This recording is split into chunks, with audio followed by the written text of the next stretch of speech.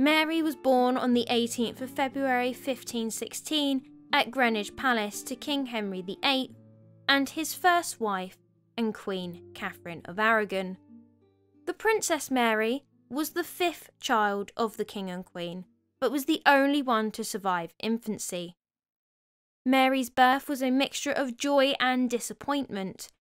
Henry was disappointed that she was not the male heir that he had been after, but her birth did prove that her mother Catherine was capable of producing a healthy baby, to which the optimistic Henry said, "If it was a daughter this time, by the grace of gods the son will follow." Henry was fond of his daughter, and he often showed her off to visiting dignitaries, calling her a right lusty princess. Her mother Catherine was maternal and very protective of her. When Catherine had led Mary by the hand into Henry's presence, he would swoop his daughter up in his arms and carry her round, bursting with pride, and Mary would adore her father.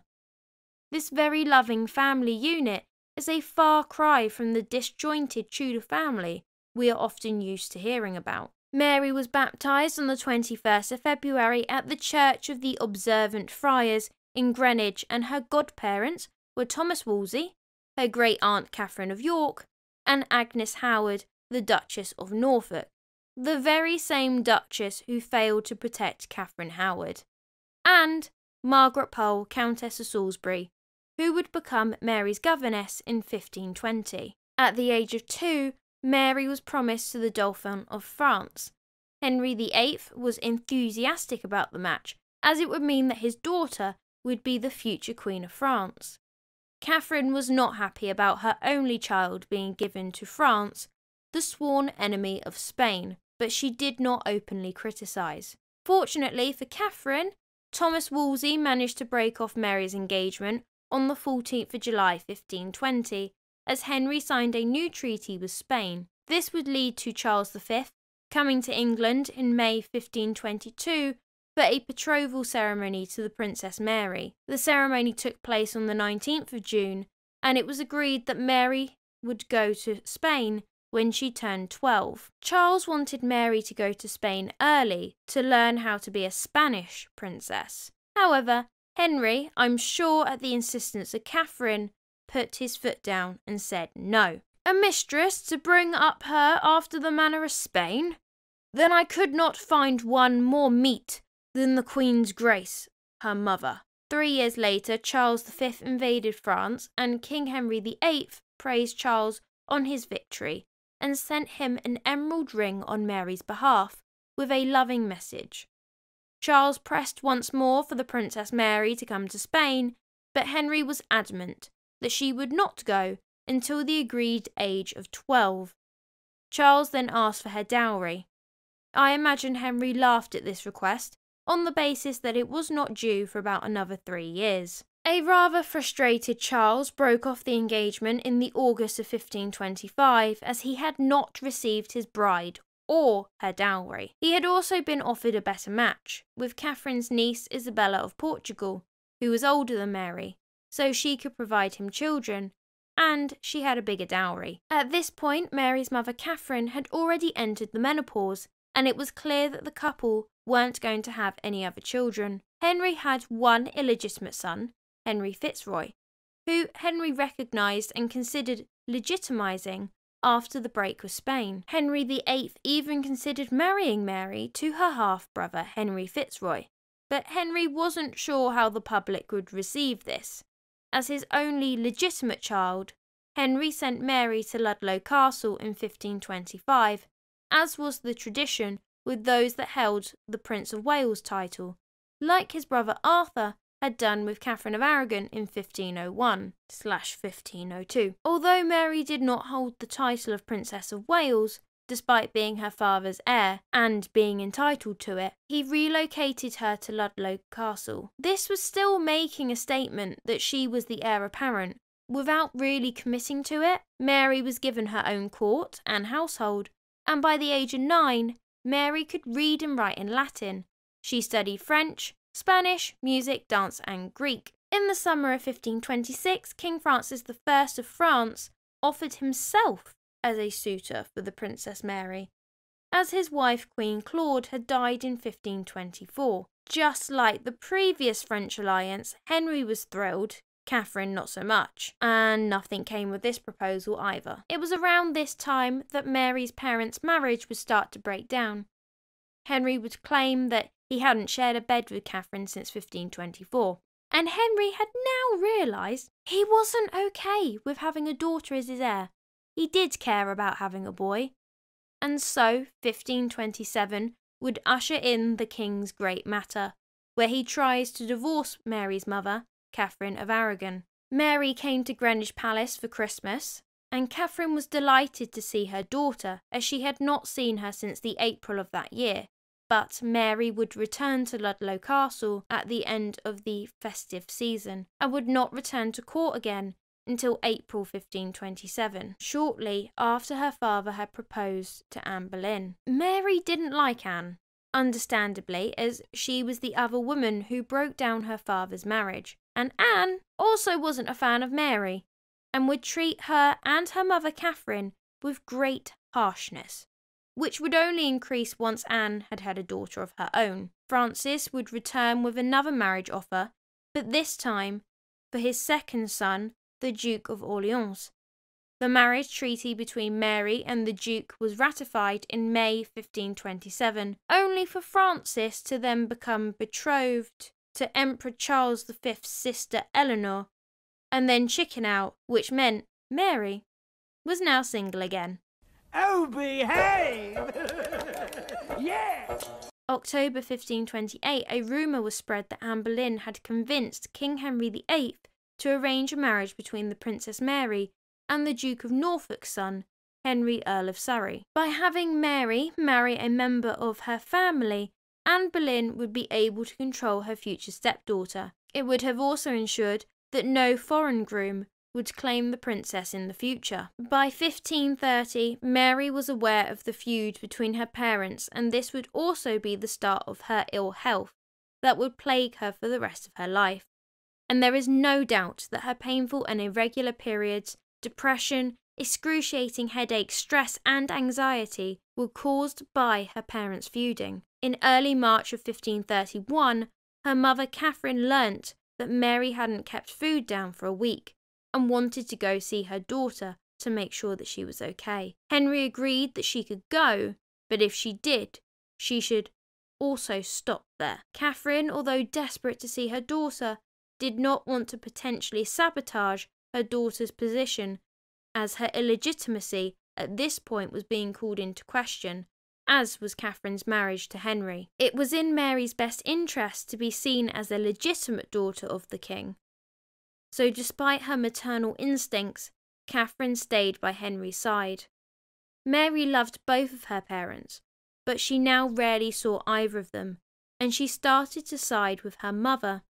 And in her loneliness, Mary turned to religion. Again, this is a far cry from the loving family unit that was described at the beginning of this episode. By the 24th of March 1531, Mary still hadn't recovered, and Henry is now concerned about his only child. Don't make me come up there and be a parent! First time for everything! Ho ho ho! And he was also starting to feel guilty about not allowing his daughter to receive motherly love, so he arranged for Mary to be brought by litter to Richmond Palace, and for Catherine to join her there. By April, Mary was better, and Catherine returned to court, leaving her precious princess in the care of her governess, Margaret Pole, Countess of Salisbury. At the end of May 1531, Mary joined the court at Windsor. Henry was still trying to make Catherine withdraw her appeal to Rome, but stubborn Catherine still claimed, "I am his true wife." In a fit of rage, Henry moved the court early on the 31st of May to Woodstock. Catherine, Mary and their attendants were deserted in the royal apartments. Henry had left without a goodbye, and the royal couple would never see each other again. Catherine remained at Windsor until early August 1531, and she saw Mary off to Richmond while she relocated to East Hampstead. Princess Mary made a visit to her mother, who was in Enfield, in January 1532. Neither mother nor daughter realised that once they went their separate ways, that they would never see each other again. King Henry VIII deliberately kept them apart, as he feared that together they might engage with the Holy Roman Emperor Charles V, who was a relative of both Mary and Catherine. He was scared that they might seek his help. He also thought that by keeping mother and daughter apart, it was a good way of punishing Catherine for not being compliant in the divorce. On the 25th of January 1533, while still technically married to Mary's mother, Catherine, King Henry VIII married Anne Boleyn in secret. Mary and Anne did not get along. Anne disliked Mary as much as she disliked Mary's mother, Catherine, who would be known as one of Anne's greatest rivals. Henry didn't dare praise Mary in case he sparked Anne's ferocious temper, and Henry would keep his visits to Mary as brief as possible. In May 1533, Mary was informed by the Privy Council of Archbishop Cranmer's decision to annul the marriage of Mary's parents, and that Anne Boleyn was now the new Queen of England. Mary would not accept anyone else as queen except her mother, which only worsened Anne's hatred of her stepdaughter. This would then cause a rift between father and daughter. Anne tried to bribe Mary by offering her an invitation to court and promising reconciliation with her father, the king, if she acknowledged her as queen. Mary responded saying that she only knew of one Queen of England, and that would be her mother.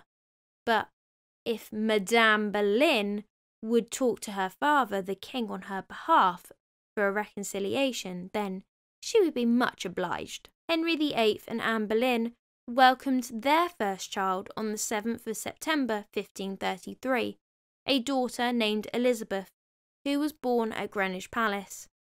The birth of Elizabeth changed Mary's position.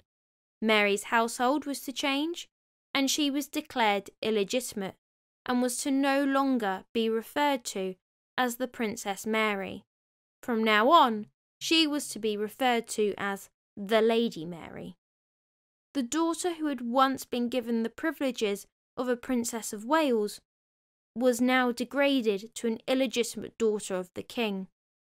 Mary's governess, Margaret, Countess of Salisbury, offered to serve Mary at her own expense, but her offer was rejected by the king, who had already had a replacement in mind. The new Princess Elizabeth was christened on the 10th of September 1533, and Mary, who was as stubborn as her mother, was still using the title princess. Henry pressed his elder daughter to stop using the title of princess and to use the title of the Lady Mary, the king's daughter. Mary refused to accept the change in status, and she blamed Anne Boleyn rather than her father. However, Mary did say that she would accept Elizabeth as her sister, but as an illegitimate sister, the same way that she acknowledged Henry Fitzroy as her brother, but illegitimate. Mary would never acknowledge Elizabeth as a princess, because in her mind, the only princess around here was her. Both her father, King Henry VIII, and her stepmother, Anne Boleyn, insisted that Mary referred to herself as the Lady Mary, the king's daughter, much to Mary's displeasure. It's September 1533. Mary's half-sister, the Princess Elizabeth, was born on the 7th and christened on the 10th. By the December, Mary was forced, pretty much against her will, to join her younger sister's household at Hatfield. Mary's household was disbanded. She was stripped of the title of princess and was now to act as maid of honour for her half-sister as the Lady Mary. The Lady Mary had a close relationship with her governess Margaret, Countess of Salisbury. The Lady Salisbury got dismissed despite offering her services and was replaced by two of Anne Boleyn's relatives, Lady Anne Shelton and Lady Anne Clear, who had been sent by Anne to spy on her stepdaughter and make her life miserable. Anne hated the Lady Mary, as she saw her for competition for her own daughter, the Princess Elizabeth, It was noted that in the February of 1534, Anne Boleyn had written to the Lady Shelton to ensure that Mary no longer used the title of princess, telling Shelton to slap her face as the cursed bastard that she was, if she persisted. The Lady Shelton was scared in case Mary fell ill, and she got the blame. And despite Anne's wishes, Anne Shelton befriended the Lady Mary. 1535 was a scary year for the Lady Mary, as Anne, who had had a miscarriage since the birth of Elizabeth, was pressing her husband, King Henry VIII, to execute his ex-wife and daughter. Anne told Henry that she had a dream that it would be impossible to conceive a child while Catherine and Mary lived. The reality was that Anne was actually safe all the time that Catherine was alive, because he wasn't going to get rid of her, seeing all the trouble that was caused to marry her in the first place. Plus, that would prove that he was wrong, and the king is not wrong. Henry was also starting to get frustrated with his strong-headed wife. Pun not intended. He failed to rise to Anne's bait, but that didn't stop her from pressing for their execution, which she did again in the November, as Anne was pregnant again. Anne was scared for herself, Elizabeth, and her unborn child. But Henry would not succumb to Anne's demands. During 1535, Mary's mother, Catherine of Aragon, was terribly ill, and her father and her stepmother had forbidden her from seeing her mother. On the 1st of December, it looked like Catherine might recover, so Anne Boleyn pushed Henry again to execute both Mary and Catherine. However, Henry had received Catherine's medical records and knew that Catherine did not have long, so he didn't act.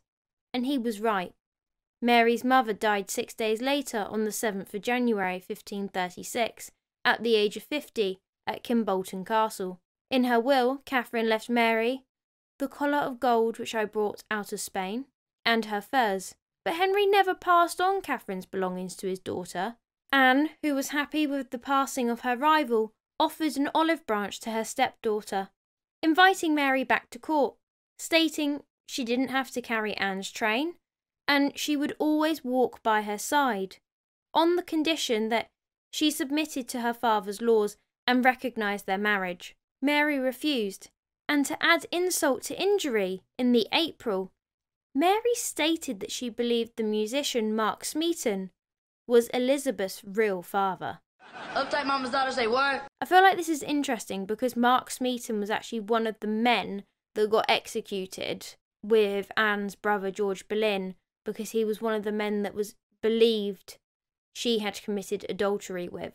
So even before her downfall, there's this whole little thing going on between Anne and Mark Smeaton. Mary's stepmother was arrested on the 6th of May 1536, and Anne was accused at her trial of having poisoned the Dowager Queen Catherine and attempting to poison the Lady Mary. The night before her execution, Anne Boleyn thought that her fate was God's judgment for treating the Lady Mary so badly. Anne was beheaded the next day at the Tower of London. The death of Anne meant that Henry was now able to remarry, as both of his disputed wives were dead. Where'd it tick? That means I'm single again! Oh, behave!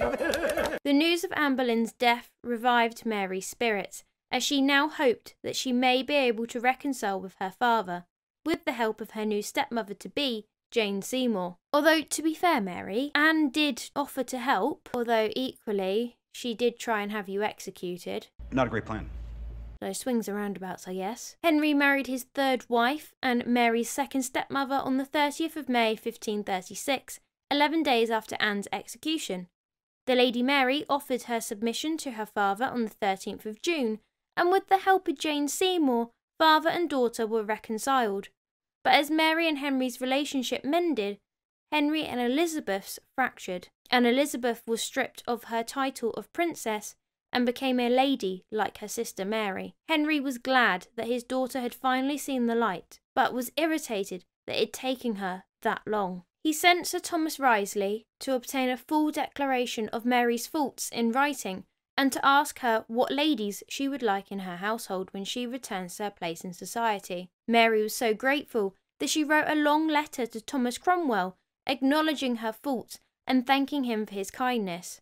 Also, don't forget that Cromwell helped with the downfall of Anne Boleyn. When Henry read it, he was so happy he became the loving father he once was. Queen Jane was delighted, as she had been working on smoothing tensions for months. Also, it was rather lonely for Jane. Very few of her ladies could associate on virtually equal terms. Jane was from a minor gentry family and had steadily climbed the social ladder, and she had separated herself from those she had been friendly with to emphasise her rank. But now she was rather isolated. As the king's daughter, Mary was of high enough rank that she could provide companionship for the Queen. On the 6th of July, Henry and Jane visited Mary at her house in Hackney. It was the first time that Henry had spoken of his daughter affectionately in 6 years. He was kind and gentle with her, and 2 days later it was announced that Mary would rank as second lady at court after Queen Jane. Jane had not concerned herself with Anne Boleyn's child, Elizabeth. Mary had always been fond of her little sister, despite who her mother was, and she had started to take an interest in her sister's well-being and visited her at Hatfield on the 21st of July. Mary wrote to their father saying that Elizabeth was in good health and in time he would have a good cause to be proud of his youngest daughter. Mary had hopes this may help mend Henry and Elizabeth's relationship, like Jane had helped fix her own. That Christmas, Henry thought Jane was pregnant. Mary fainted when she witnessed her father patting Jane's belly, and both Henry and Jane had to assist getting Mary off the floor. Thanks to Mary's intervention in the relationship between Elizabeth and Henry, Elizabeth was also at court over Christmas, and was the first time that the family had been together. Henry and Jane sat at the table together, and Mary sat opposite Jane. Elizabeth wasn't old enough to join the adults, but Henry was seen playing with his youngest daughter during the festivities. Jane Seymour gave birth to her son Edward on the 12th of October 1537. Both Mary and Elizabeth had a role to play at their half-brother's christening. Mary was assigned as one of his godparents, and Elizabeth carried by Lord Beauchamp, Edward Seymour, and in her hands was the chrism. When the baptism was finished and Edward was named heir, Edward was conveyed back to the Queen's apartments, followed by his two sisters. This time, Elizabeth was walking holding hands with Mary. Jane Seymour would die from childbirth complications on the 24th of October 1537. After the Queen's death, Mary returned to Hunsdon with her sister Elizabeth, where she looked after her. Easter 1538, Mary brings the 4.5-year-old Elizabeth to court, and under Mary's tutelage, she was rigidly schooled in good behaviour and taught at an early age to wield a needle. Elizabeth became such an expert needlewoman that she completed a shirt of Cambridge and gave it as a New Year's Eve present for her brother Edward in 1539, but she was now accepted by her father once again. During her father's widowhood, Henry VIII tried and failed many times to arrange a marriage with Christina, Duchess of Milan. Milan would have made a nice addition to Henry's kingdom. As Christina said no, Henry tried to arrange marriages to Italian nobles for Elizabeth and Mary Fitzroy, Henry's former daughter-in-law. Henry also offered the Lady Mary as a bride to Dom Louis of Portugal, but nothing came out of any of these matches. December 1539, Henry VIII proposed a marriage between the Lady Mary and Duke Philip of Bavaria, who, much to Mary's dislike, was a Protestant. Henry, however, continued to press with the match, despite his daughter's disapproval, and invited Philip to London. According to historian Alison Weir, Mary declared that she would rather remain unmarried than enter such an alliance. But when Philip arrived in London, Mary had to greet him out of etiquette. From what I can gather, the two got on very well, despite the religious differences, and Philip told Henry that he wished to continue with the marriage. Mary then fell ill again. Whether this was real or fake, I don't know, but she basically hid from court so she didn't have to see Philip. And she was away for so long that she missed her father's wedding on the 6th of January 1540. On the 6th of January 1540, Henry VIII married his fourth wife, the Protestant Princess Anne of Cleves. The Lady Mary, a staunch Catholic, was horrified to learn that her father had married a Lutheran heretic. And yet, ironically, Mary and her new stepmother Anne of Cleves would become good friends, and Mary would convert the Lutheran heretic to Catholicism. Philip, Duke of Bavaria, hung around in England for most of January, just hoping that Mary would have recovered from her illness. However, now that Henry was married to Anne of Cleves and he decided he didn't like his new wife, Henry was now no longer interested in an alliance with a German. Philip, Duke of Bavaria, left England on the 27th of January, and the Lady Mary had miraculously recovered from her illness. Right. Henry was not a fan of his fourth wife and was desperate for an annulment so he could get married to his wife's lady-in-waiting, who he had had his eye on. Henry didn't have to wait long, and the couple divorced on the 12th of July 1540. Will it tick? That means I'm single again! Henry then married for a fifth time on the 28th of July 1540 to Catherine Howard, a woman who was younger than his eldest daughter, the Lady Mary.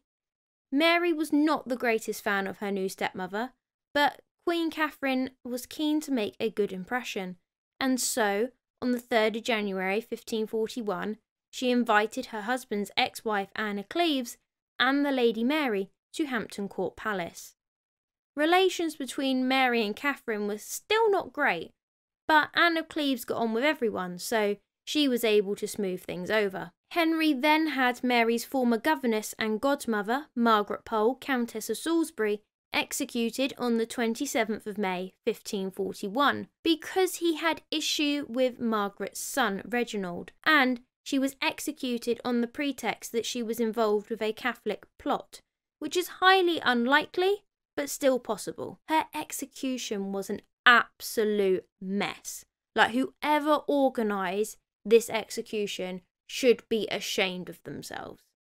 Her executioner was inexperienced, and her neck and shoulders were hacked several times before the head came off. I can only imagine the anger and frustration that Mary would have felt towards her father at this point for executing someone who was so dear to her heart. And also, what made this worse is the fact that Margaret Pole was a pensioner. What? The Lady Mary then found herself involved in a marriage proposal between herself and the Duke of Orleans, but the ever-shaky relations of England and France deteriorated, and nothing happened. Catherine Howard, Mary's fourth stepmother, was executed for adultery on the 13th of February 1542. Will it tick? That Christmas, Henry invited Mary to attend the royal Christmas festivities. It was the custom for the Queen Consort to be the hostess. However, as Henry was single again, and thus without a consort, Mary acted as hostess. Henry married for the sixth and final time on the 12th of July 1543 to Catherine Parr. Catherine, who had experience at being a stepmother, was alarmed to learn that all of her stepchildren lived away from court and rarely saw their father, and she was determined to provide a stable family environment for her stepchildren, and was the first stepmother to provide motherly affection since Jane Seymour. However, Mary was 27 and arguably didn't need a mother figure as much as her siblings Elizabeth IX and Edward V might have. By the August, Mary was a frequent visitor at court and was enjoying being in the company of her parents. Mary and Catherine Parr would soon become friends and respected Mary as the princess that she is, despite her father thinking otherwise. Catherine, who was 31, was of a similar age to her stepdaughter, but old enough so the dynamic didn't feel too weird, like it did with Catherine Howard. And the two shared similar interests. With the help of Catherine Parr, the ladies Mary and Elizabeth were put back in the line of succession when the new Act of Succession was passed on the 7th of February 1544. It stated that any children Henry and Catherine had, or children with another queen, would go after Edward, and if there was no other issue, then it would go to the Lady Mary, and then the Lady Elizabeth. On the 17th of February 1544, the Duke of Najera, a duke, visited the English court.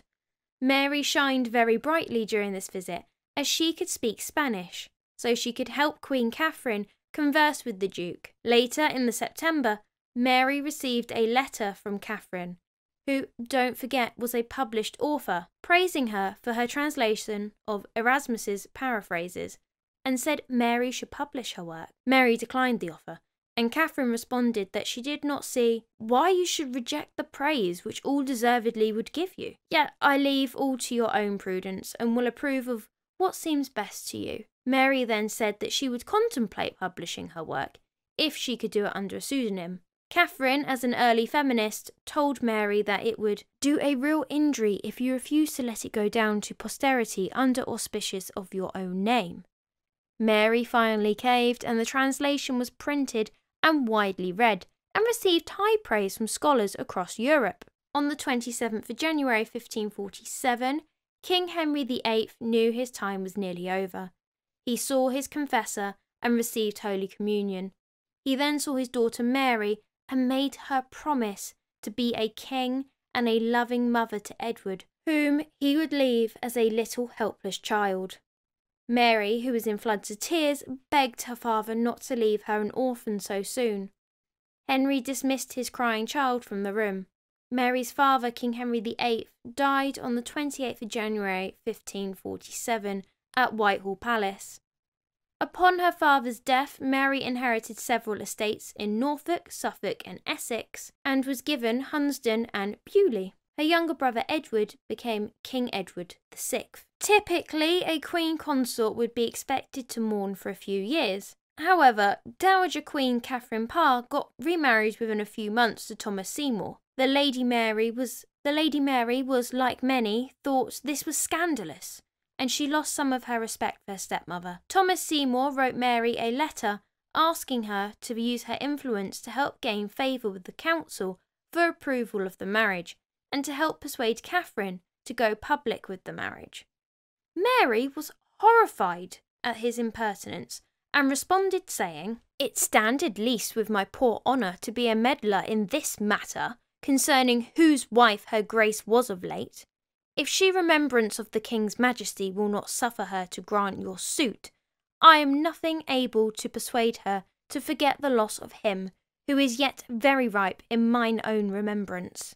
But Mary's response didn't matter, because by the time Thomas received it, Catherine had already come round to the idea of announcing the marriage publicly. Catherine, however, did grieve for the loss of Mary's friendship. Mary then thought of her little sister Elizabeth, and voiced her concern of Elizabeth associating herself with their stepmother, and wanted to protect her innocence. Mary wrote to Elizabeth, warning her of Catherine's wickedness, and begged her to think of her own reputation. But Elizabeth was fond of Catherine, and she wrote a response to Mary, acknowledging their shared grief, and in seeing the scarcely cold body of the king our father, so shamefully dishonoured by the queen our stepmother. Elizabeth then backtracked, saying, "We should make the best of what we cannot remedy." Despite Mary's warning, Elizabeth would join the household of Catherine and Thomas Seymour. And Mary's warning turned out to be right, as Thomas Seymour would behave horrendously towards his ward and would potentially destroy Elizabeth's innocence. Catherine would eventually conceive Thomas's baby, and in the August of 1548, the baby was nearly due. It was at this time that Catherine Parr reconciled with the Lady Mary, as Mary was excited about the birth of the baby, and the two women started corresponding again. Catherine gave birth to a daughter on the 30th of August 1548 at Sudeley Castle. The girl was named Mary after Catherine's stepdaughter, the Lady Mary. The labour was difficult, and Catherine Parr died days later on the 7th of September. Both Mary and Elizabeth grieved for their stepmother. Mary often spoke of the great love and affection that did bear onto her grace, and she never forgot what her father owed to Catherine. Without Catherine there to mediate the relationships of her children, the once close bond between sisters would continue to fracture after Catherine's death. During Edward's reign, the country was going through a second Protestant Reformation, which was tough for the Catholic Mary, who was continuing her Catholic practices anyway. In her eyes, Edward was her little brother, and she was his legal heir, so what was he going to do about it? As Edward couldn't do anything to his sister, he imprisoned her priests instead. In the spring of 1550, Holy Roman Emperor Charles V sent ambassadors to ask Edward for a special license to allow Mary to practice Mass. But Edward said no. Mary asked for Charles's help again, and this time he sent ships to get her from Essex. But Mary was unable to escape because A, she hesitated, and B, English ships cut off her route. Edward and Mary reunited at Christmas, but their feuding had not ceased. Mary went out of her way to not hide her Catholic practices. She was having Mass 4 times a day. It is said that Edward embarrassed Mary and reduced both her and himself to tears in front of the court by publicly reproving her for ignoring his laws regarding worship. Mary repeatedly refused Edward's demands that she abandon Catholicism, and Edward persistently refused to drop his demands. The two would make up before the holiday was over, but a month later Edward sent Mary a letter.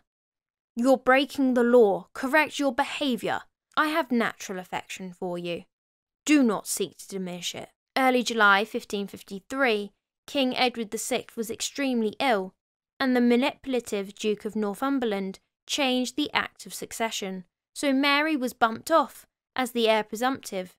In the new Act of Succession, Mary's cousin, Lady Jane Grey, was next in line, who, conveniently, was married to Northumberland's son Guildford Dudley. The Duke of Northumberland knew that Mary would be a problem for Jane to assume the throne efficiently. So, he summoned Mary to court on the pretense of seeing her dying brother, but Mary is tipped off about Northumberland's trap and flees to her estates in Norfolk. King Edward VI dies on the 6th of July 1553, and Mary's cousin assumes the throne instead of her. On the 10th of July 1553, Mary sends a letter to Jane's Privy Council. She gives them the ultimatum of abandon Jane or start a civil war. Submitting to Mary would also mean loss of titles for most of the members of the Privy Council. The Privy Council then sent a response and got Jane to sign the letter as Jane the Queen, a letter that would later be used as evidence of Jane's treason. Not a great plan. However, Mary was her father's daughter. The Lady Mary was more popular than Jane and was a lawful claimant to the throne. After sending a letter to Mary that would ultimately anger her with Jane's signature, the council realised that Mary might have a bigger army than they thought. They also allowed their best politician and military man, John Dudley, Duke of Northumberland, to leave London and raise a small army to capture Mary at Framlingham Castle. Northumberland underestimated Mary's support. Ultimately, Jane was stripped of her title as Queen and gave up the crown readily for her cousin Mary. Jane had never wanted to be Queen in the first place. Jane was arrested and placed in the Tower of London. Mary was declared Queen of England on the 19th of July 1553. The council, who were in support of Jane, quickly swung to Mary, and Londoners rejoiced at hearing that Mary was their new queen. Mary issued a proclamation that she would not compel any of her subjects to follow Catholicism. By the end of September 1553, she had gone back on this. Mary's sister Elizabeth reached London on the 29th of July 1553, and upon seeing that Mary had not yet arrived, she rode out to meet her sister, who she met on the 31st, at the city gates accompanied by a full royal train.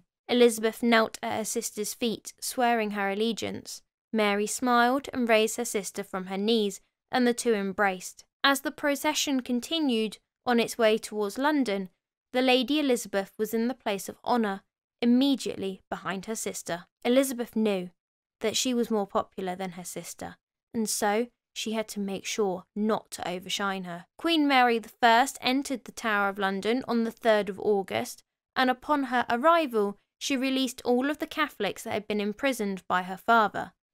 Many called for the death of Jane and Guildford, but Mary didn't want any bloodshed. Francis pleaded that the Grey family had been Northumberland's victims. He was charged with high treason. Henry Grey was set free, and in the September, Mary declared that her sister was still illegitimate, and that she wanted to restore the old ways of worship, which included Bibles only in Latin, and no married priests. However, times had changed and Mary would find it difficult to get her subjects to conform. Mary thought that by forcing people to practice Catholicism, that she was helping them, and she truly did believe that all non-Catholics were going to hell. Mary started with her court, and everyone at her court was supposed to go to maths. Did I say maths or maths? I'm going to leave that in, and I think you can decide in the comment section below if I said maths or maths. Mary started with her court, and everyone at her court was supposed to go to mass, including the Protestant lady Elizabeth. Mary was crowned Queen Mary I on the 1st of October 1553 at Westminster Abbey, and became the first crowned Queen of England. Mary's coronation was on the 1st of October 1553 at Westminster Abbey. Mary's former stepmother and friend, Anne of Cleves, took place of honour along with her sister Elizabeth at the lavish coronation. The two ladies shared an open chariot, and they were given new dresses made from a rich silver material. They walked directly behind the new queen in the procession to Westminster Abbey. At her ceremony, Mary was given 2 sceptres and crowned both king and queen, as England had never coronated a queen before. Not like this anyway. So those running the ceremony didn't really have any idea on what they were doing, as a queen was, and kinda still is, of a lower rank to a king. This is why Queens Anne, Victoria and Elizabeth II never made their husbands king consort, as they would have technically outranked them. Mary stated that her coronation ring was a wedding ring to her country, and that she loves her country like her mother loved her children. Mary was very good at PR. That is, until she marries Philip. As a staunch Catholic, Mary was horrified at her father's and brother's Reformation policies. And now that she was queen, she had the power to reverse all of Edward's Protestant policies and made the Pope the head of England's state, not the monarch. Not a great plan. This upset and confused a lot of people, as nobody knew where they stood. As her Catholic reversal continued, Mary went from merely reversing policies to persecuting Protestants. Lady Jane Grey, who was currently in the Tower of London and who had many people calling for her death, was horrified by what Mary had done, as Jane was a Protestant and wrote a letter to the Queen slandering her and her religion. What she wrote couldn't have been nice because, according to Jane, Catholic souls were the sinking kennels of Satan. Right. Thankfully, Mary ignored her remarks. I would not suggest insulting the woman who could literally sign your death warrant, especially when Jane and Guildford would be tried and convicted of high treason the next month on the 14th of November 1553. Jane pleaded guilty, but Mary still wasn't convinced of Jane's guilt.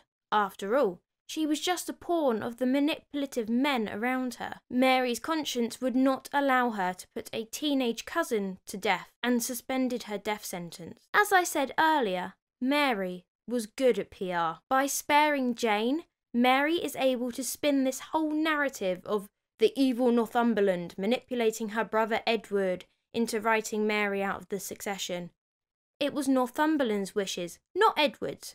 Edward would never have written her out of the succession if he was in his right mind, because it was pretty obvious that Mary was his true heir. Jane even said after the trial that she, meaning Mary in this instance, is a merciful queen. In early 1554, word got out that Mary was planning on marrying, which is great because England needs an heir, but not so great because it's Mary's cousin Philip, who is also a Catholic, and the match was very unpopular with the public and the Privy Council.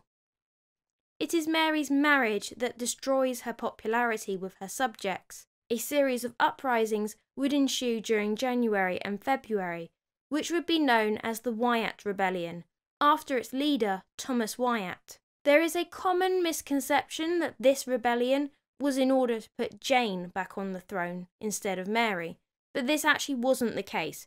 Jane's father was involved in the rebellion, and thus that is how she's implicated, but the rebels actually intended to depose Mary in favour of her sister Elizabeth, who was a Protestant. Thomas Wyatt, the leader, travelled from Kent to London, and when he reached London, his feeble rebellion was defeated and he was captured. Wyatt, Henry Grey, Lady Jane and her husband Guildford were all executed as a result. The rebellion proved that the threat of Jane was real and that she was too dangerous to be kept alive, which led to Mary signing her death warrant. The rebellion made Mary view Jane as a figurehead for future Protestant revolts, despite them wanting Elizabeth as queen and not Jane, and yet somehow it would be Jane that would be executed. Rather cruelly, Mary deliberately had Henry Grey's execution after Jane's so he could watch what he had done to his daughter. Elizabeth, however, got off lightly. She was imprisoned in the Tower of London, despite protesting her innocence in the Wyatt revolt, and 2 months later she was downgraded to house arrest. Mary gave the Dudleys one last chance to spare their lives. If they converted to Catholicism, she would spare them. However, both Jane and Guildford refused, and so Mary signed Jane and Guildford's death warrant on the 7th of February 1554, and they were executed on the 12th of February.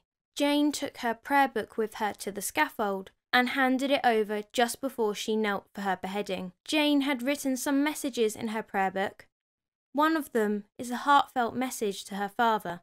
She writes, "The Lord comforts your grace, and that the word wherein all creatures can only be comforted. And thou it hath pleased God to take away 2 of your children. Yet think not that you have lost them, but trust that we, by leaving this mortal life, have won an immortal life. Your Grace's humble daughter, Jane Dudley." Jane signing her message as Jane Dudley instead of Jane the Queen adds more innocence. She wasn't trying to be a martyr. It just proves she didn't lust for the throne. Instead, she was just a young girl who was newly married and had her life cut short. Her father would follow on the 23rd, and Wyatt would be executed on the 11th of April. Mary was more like her father than she thought. Paranoid, she invited Jane's younger sisters, Catherine and Mary Grey, to court as maids of honours, so she could keep a close eye on them. I'm watching you, Wazowski. Always watching. Despite the opposition, Mary and Philip's marriage went ahead on the 25th of July 1554, and they were married at Winchester Cathedral. Mary knew her marriage wasn't popular, but she saw it as her duty to provide a Catholic heir. Philip was a son of the Holy Roman Emperor Charles V, who was hoping to add England to his empire through Philip. However, Parliament did not want that to happen. Parliament agreed to the marriage after Charles V consented to leave Mary in full control of England and to keep the throne in English hands if the marriage is childless, which he did agree to. Mary's grandparents, Isabella and Ferdinand, had retained sovereignty of their respective realms during their marriage, but so far in England there was no precedence to follow, and the common law at the time stated that all lands and titles that belonged to a woman would belong to the man upon marriage, which was why Parliament insisted on the prenup before the marriage went ahead. The document for the marriage agreement stated that Philip would have the title of King of England, and documents would have both of their names on, and they would have joint authority, but only while Mary lived. England would not be obliged to support Charles in any war, and Philip could not act in foreign affairs without the consent of Mary. Philip was not happy, so, to make him happy, Charles abdicated from the throne of Naples so Philip could be King of Naples in his own right, and ultimately made him worthy of marrying a queen regnant. Philip also inherited the kingdom of Jerusalem, and thus Mary became Queen of Naples and Jerusalem upon her marriage to Philip. Philip and Mary communicated in a mixture of Spanish, French and Latin, as Philip couldn't speak English, and at their wedding, Mary was sat on the right in the king's seat, and Philip was sat on the left in the consort's seat. Mary loved her husband, but he didn't love her, and by August he was campaigning in Flanders and rarely came to England. Mary pined for him, but Philip was put off by her bad breath, although she did have a condition, so it wasn't technically her fault.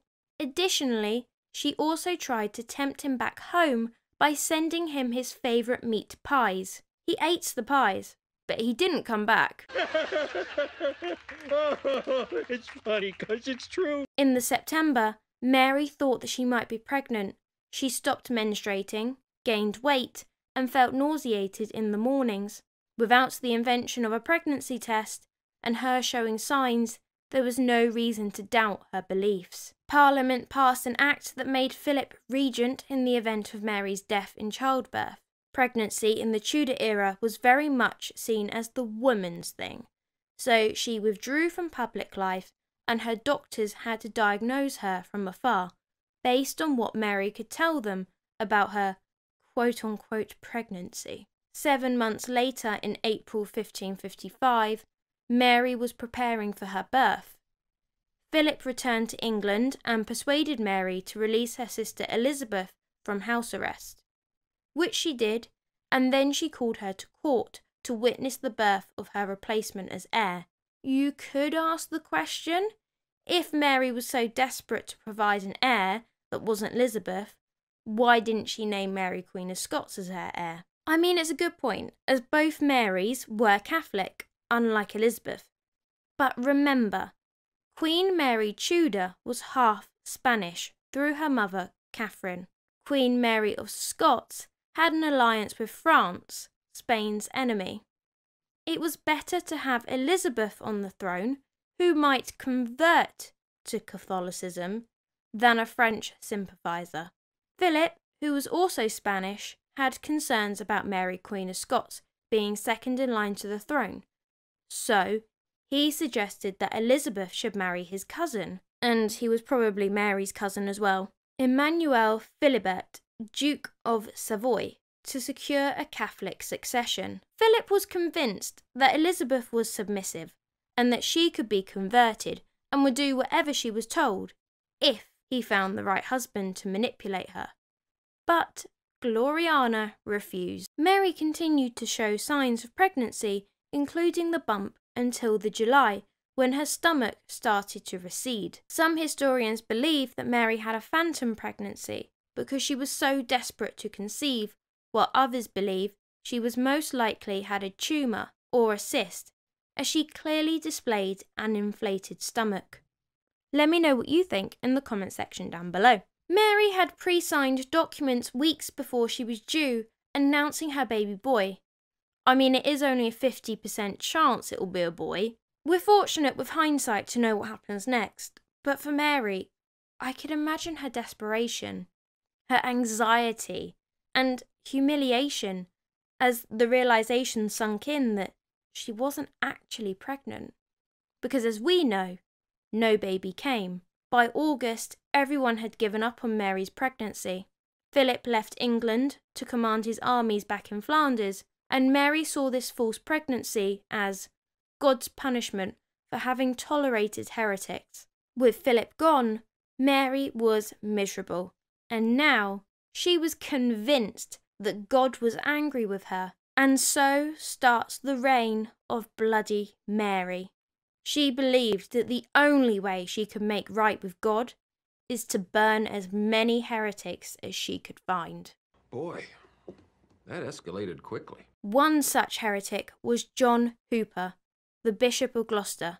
He had tied a bag of gunpowder around his neck in hopes of a quick end, but it failed to ignite, and he suffered in the flames for 45 minutes. About 800 Protestants fled England during Mary's reign to Germany and Geneva, and as the burnings increased, Mary's popularity declined. Elizabeth had been with her sister throughout the false pregnancy ordeal. Mary agreed that Elizabeth could return to Hatfield with the staff of her choice, which she did, but Elizabeth stayed at court with her sister until the 18th of October.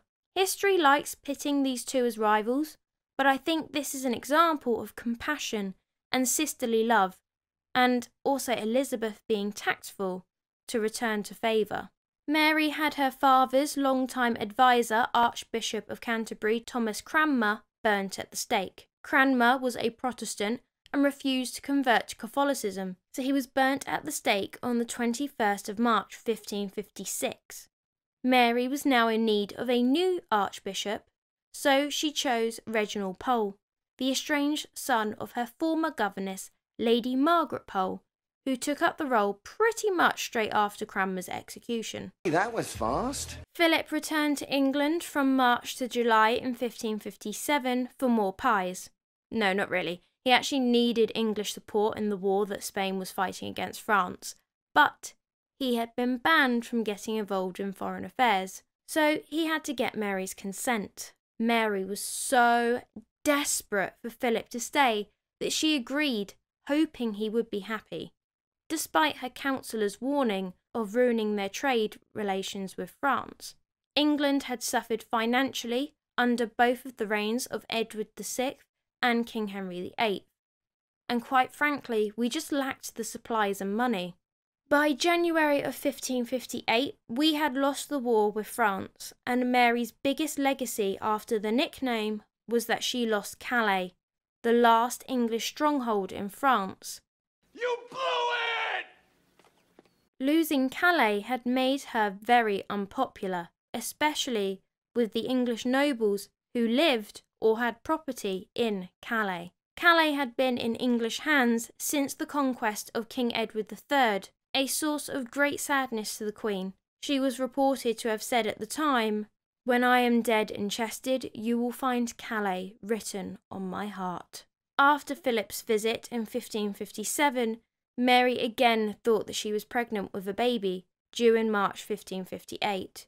She decreed in her will that her husband would be the regent during the minority of their child, but yet again, no child would be born, and Mary's health was failing her, potentially from ovarian cancer or cysts. On the 6th of November 1558, Mary, realising that her time was near, reluctantly recognised Elizabeth as her successor. Mary would die on the 17th of November 1558 at the age of 42. She died at St James's Palace. She died childless, sick, and deserted by Philip. The day before she died, England and France were at war, and the peace treaty had been brought to the chamber for her to sign, but she was too ill. When she died the next day, her minister went to her bedroom to try and find the document, but Mary's chief lady-in-waiting used the treaty to wrap Mary's corpse. What? When Mary died, she left Elizabeth a will, asking Elizabeth to become a Catholic, for the Spanish jewels to be returned to Philip, and for Mary to be buried next to her mother, Catherine of Aragon. All of which Elizabeth didn't do. The cheek, the nerve, the gall, the audacity and the gumption. To give Elizabeth her credit, she did, however, give Mary a Catholic send-off that was regal and fit for the first coronated Queen of England, as she didn't want to encourage disrespect for royalty. After all, it was now her turn. Mary was buried at Westminster Abbey on the 14th of December 1558, and Elizabeth didn't attend the funeral. Elizabeth was born on the 7th of September 1533 at Greenwich Palace to King Henry VIII and his second wife and queen, Queen Anne Boleyn. The Princess Elizabeth was the couple's first and only surviving child, although at this point Henry had two illegitimate children, the Lady Mary and Henry Fitzroy, Duke of Richmond and Somerset.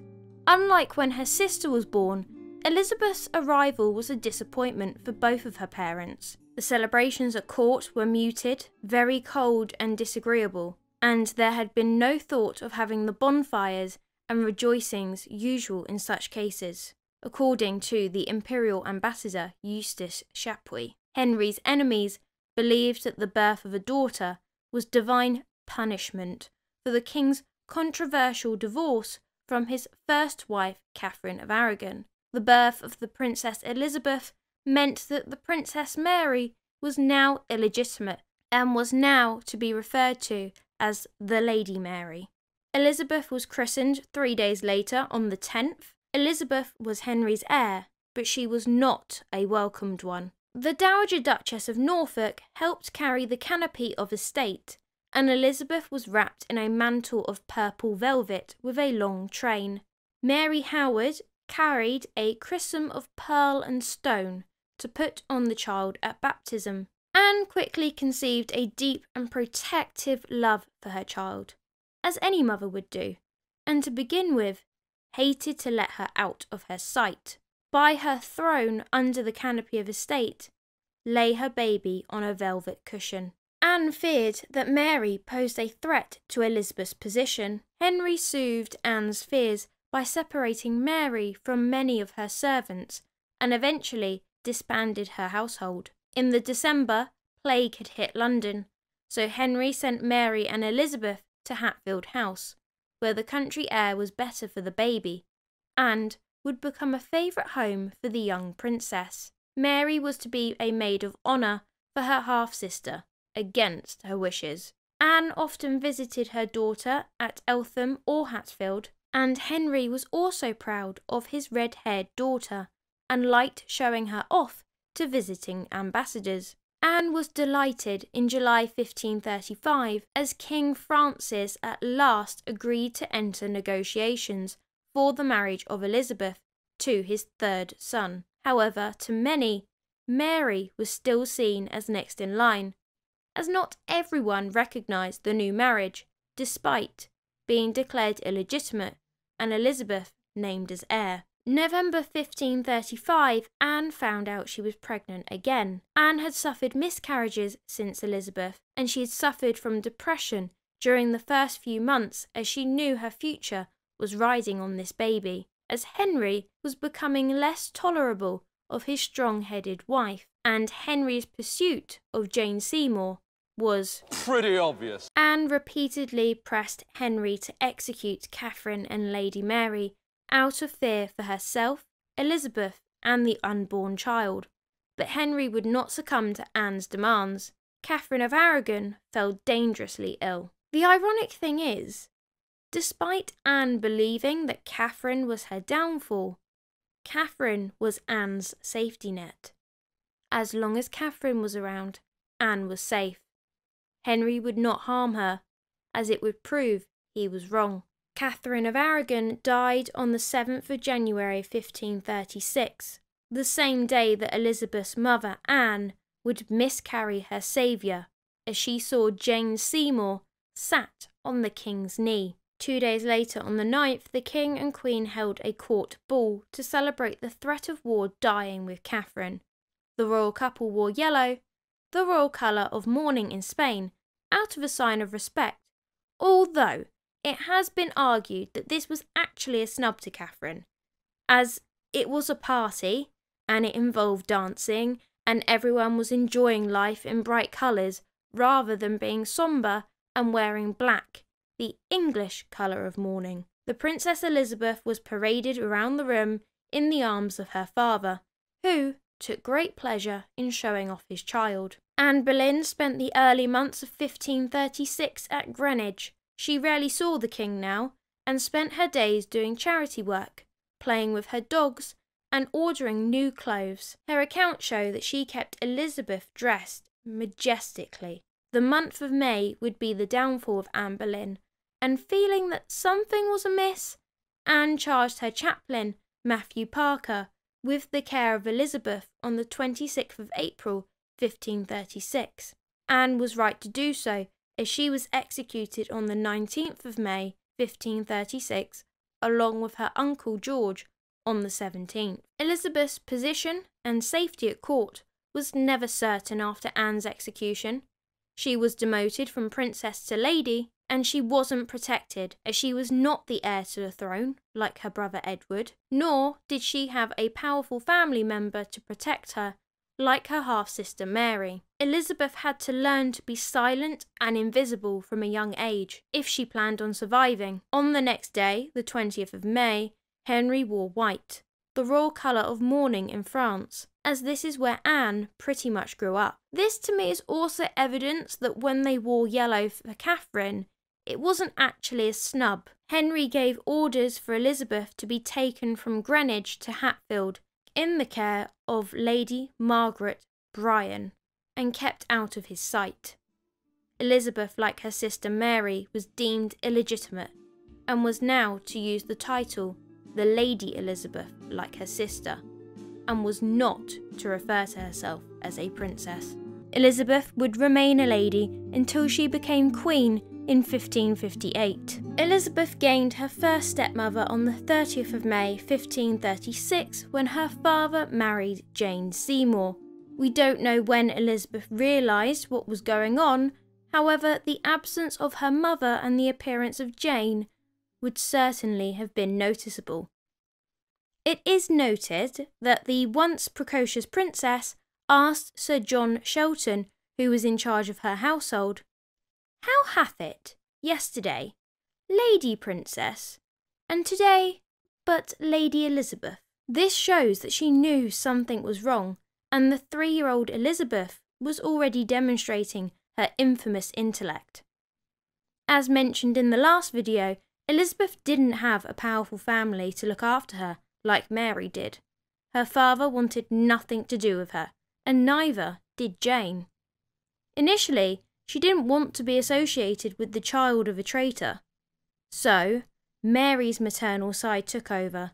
She was the one that looked after her little sister and took an interest in her education. After all, Mary's beef wasn't with Elizabeth, it was with her dead mother, Anne Boleyn.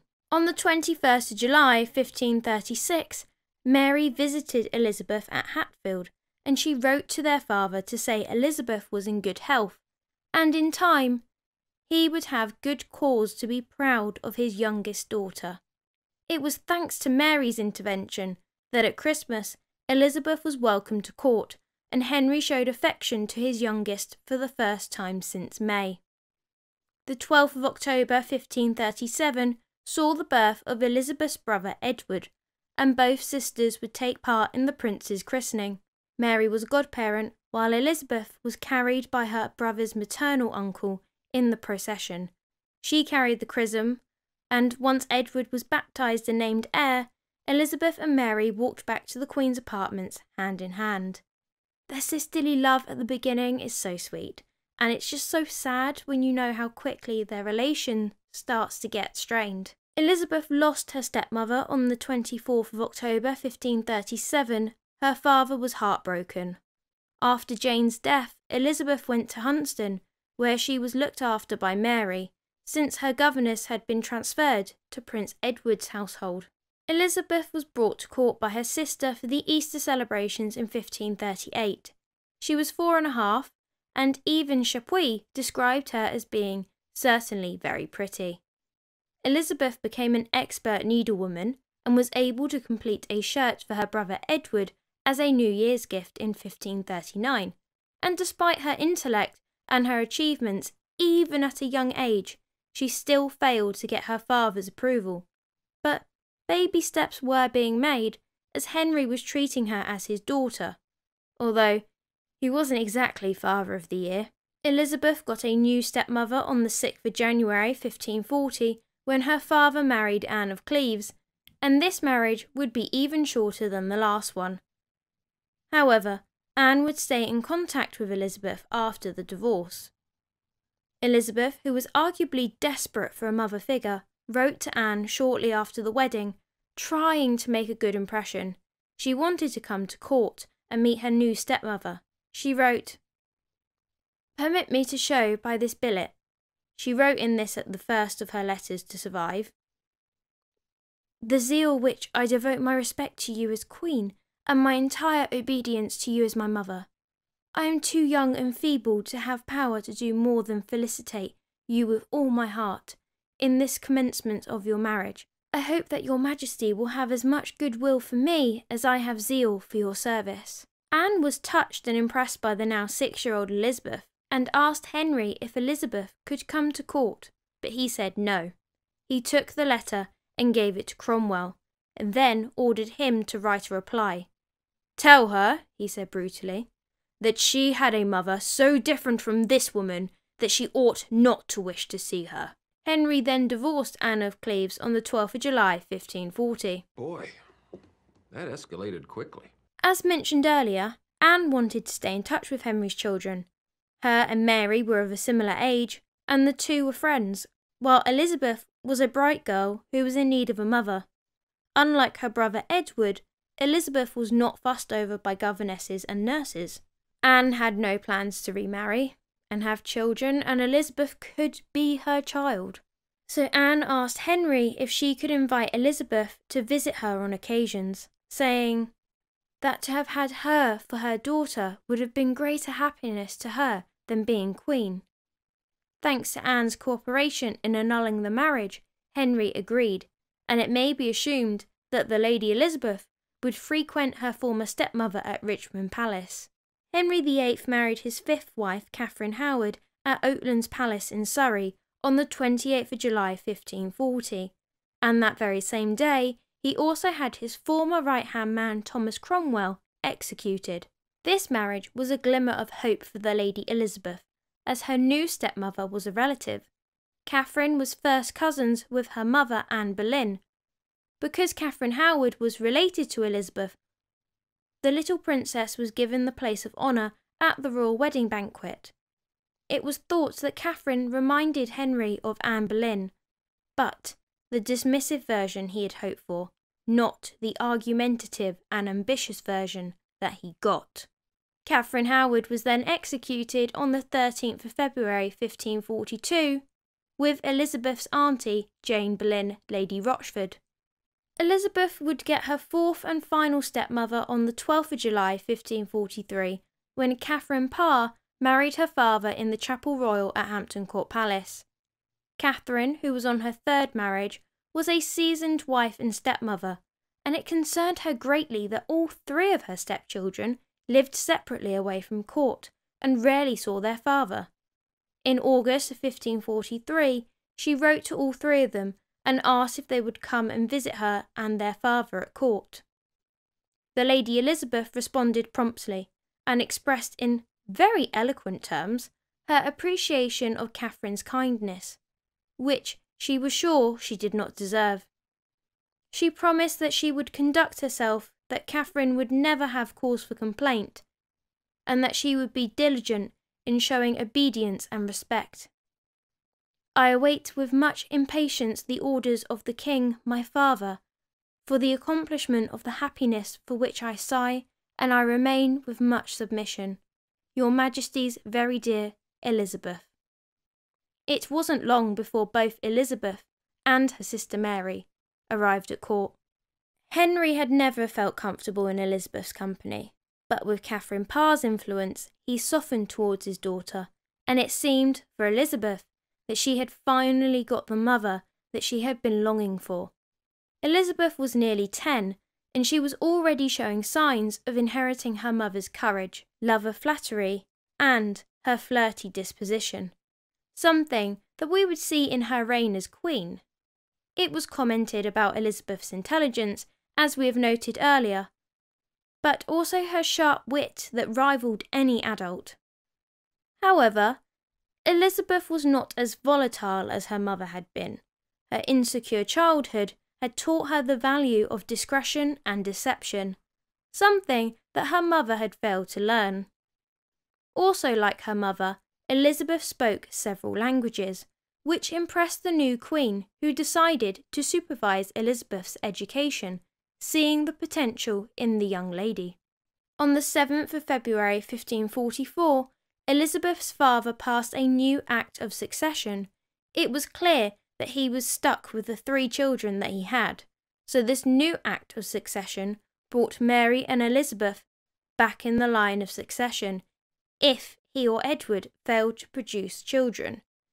However, he was still adamant that they were both illegitimate. However, it would not be long before father and daughter's relationship declined again. We don't know what the argument was about, but Elizabeth was banished from court and asked Catherine Parr to step in and talk to her father on her behalf. She had not dared write to her father.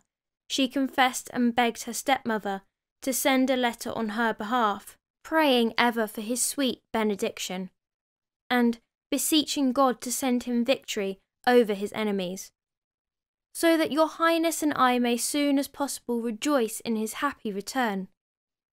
Henry had gone off to France on campaign, and absence from his wife had made him all the fonder, and when Catherine wrote again, begging him to forgive Elizabeth for her unknown offence and receive the child again at court, he relented and gave his permission for her to go to Greenwich to keep Catherine company. In the new year of 1545, the Lady Elizabeth sent her stepmother her translation of Margaret of Nevers' book, Les Mémoires de l'M. Pécheresse. I have absolutely butchered that, but we're rolling with it. It was written in a beautiful fine italic script, and she had obviously taken a lot of care over it. Catherine was already a published author, and it's fair to say that maybe this is what inspired Elizabeth to do so. Elizabeth begged Catherine not to show anyone else, as it is all imperfect and incorrect. Catherine was deeply moved that Elizabeth had gone to such trouble, and on the first page Elizabeth had dedicated the book to Catherine. To the most noble and virtuous Queen Catherine, Elizabeth, her humble daughter, wisheth perpetual felicity and everlasting joy. King Henry VIII died on the 28th of January 1547. He was 55. The new king, Elizabeth's little brother Edward, was at Hertford Castle. Edward's uncle, Edward Seymour, travelled to Enfield on the 30th of January, where they met Elizabeth. Brother and sister were informed of their father's passing. The two children, of 9 and 13, wept inconsolably. Edward was proclaimed King Edward VI the next day. Their stepmother Catherine Parr, on the other hand, although sad, had other ideas about the king's passing. Catherine had been courting Thomas Seymour prior to marrying the king, and so she was now free to pursue that again if she so wished. Henry's funeral was on the 16th of February, and he was laid to rest with Edward's mother Jane Seymour at Windsor Castle in St. George's Chapel. In the same month, Thomas Seymour, another of Edward VI's uncles, was looking for a marriage that would increase his power at court. He was rather jealous that his brother Edward Seymour had been made Lord Protector. He considered Catherine Parr, the king's widow and former beau, but she had relatively little power now. The king's oldest sister Mary was a Catholic, so no. And then there was the king's other sister, the Lady Elizabeth. She was 13, nearly childbearing age, and had inherited her mother's flirtatious charm and ability to captivate men.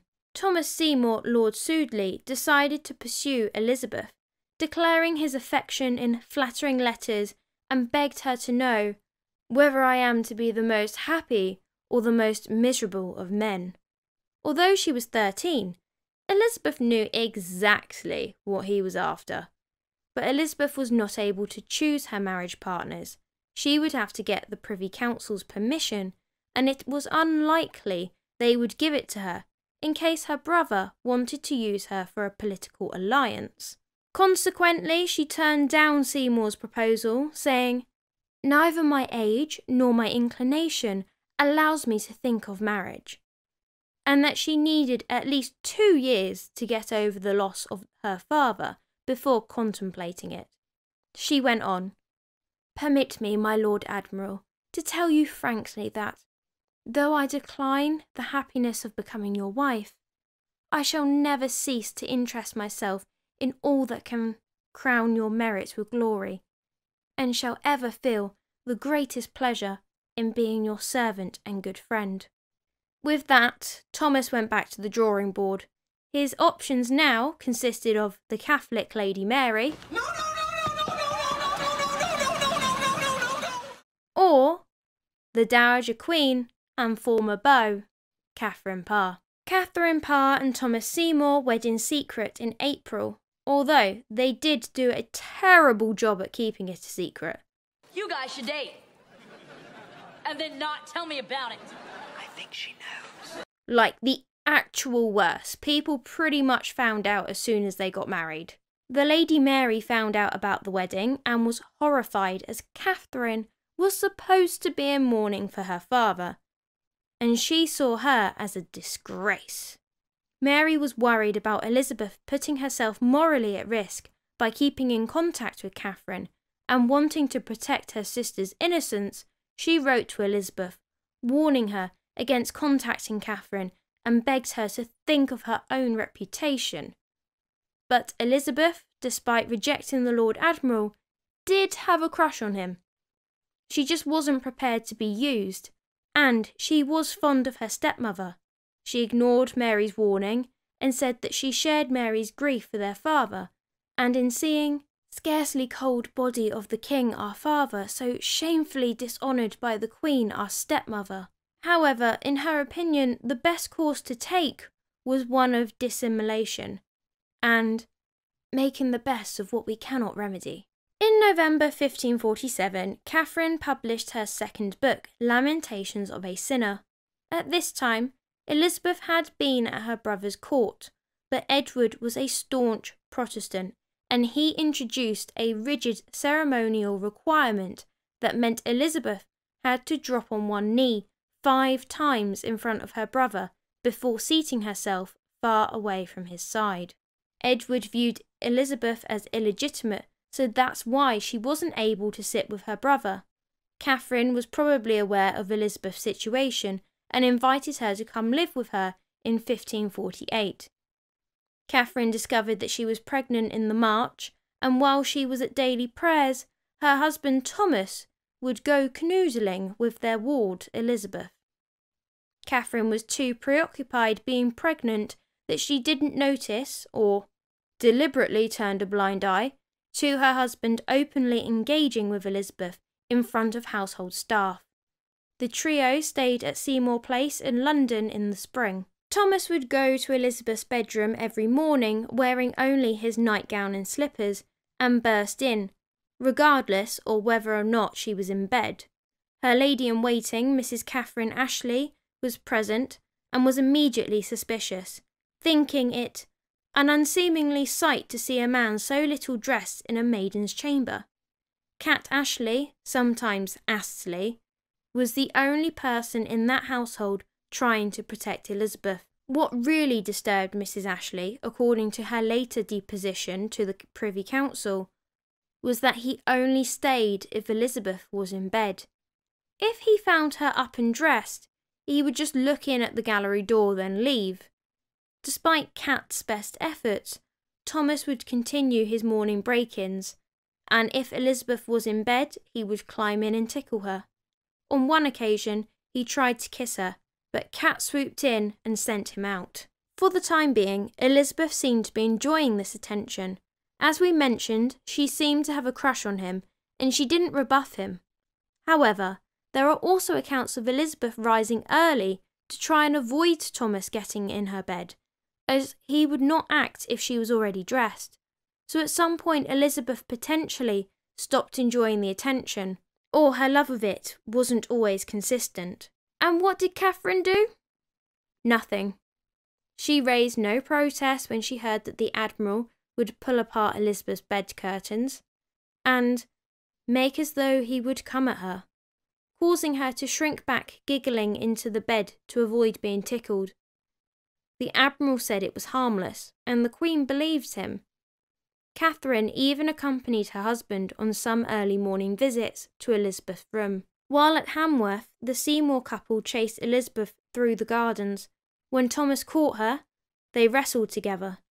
Thomas got some shears and cut Elizabeth's black gown into strips, while Catherine held her stepdaughter still, all the while laughing. Elizabeth's infatuation for the Admiral was pretty obvious, and not good at concealing it. Thomas was now fretting in case Catherine blamed him, so he told Catherine that he had seen Elizabeth with her arms round a man's neck. The Queen was shocked, and when she confronted the Lady Elizabeth, she cried and denied it, begging Catherine to speak with her ladies. Elizabeth was hardly alone, and the only man she came into contact with, apart from her servants and tutors, was Thomas.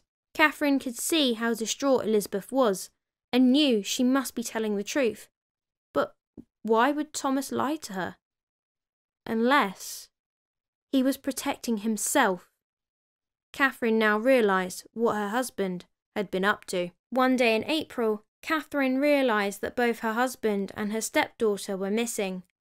She went in search of them, and she found them alone together, with Elizabeth in Thomas's arms. As soon as they saw Catherine, they separated, but it was too late.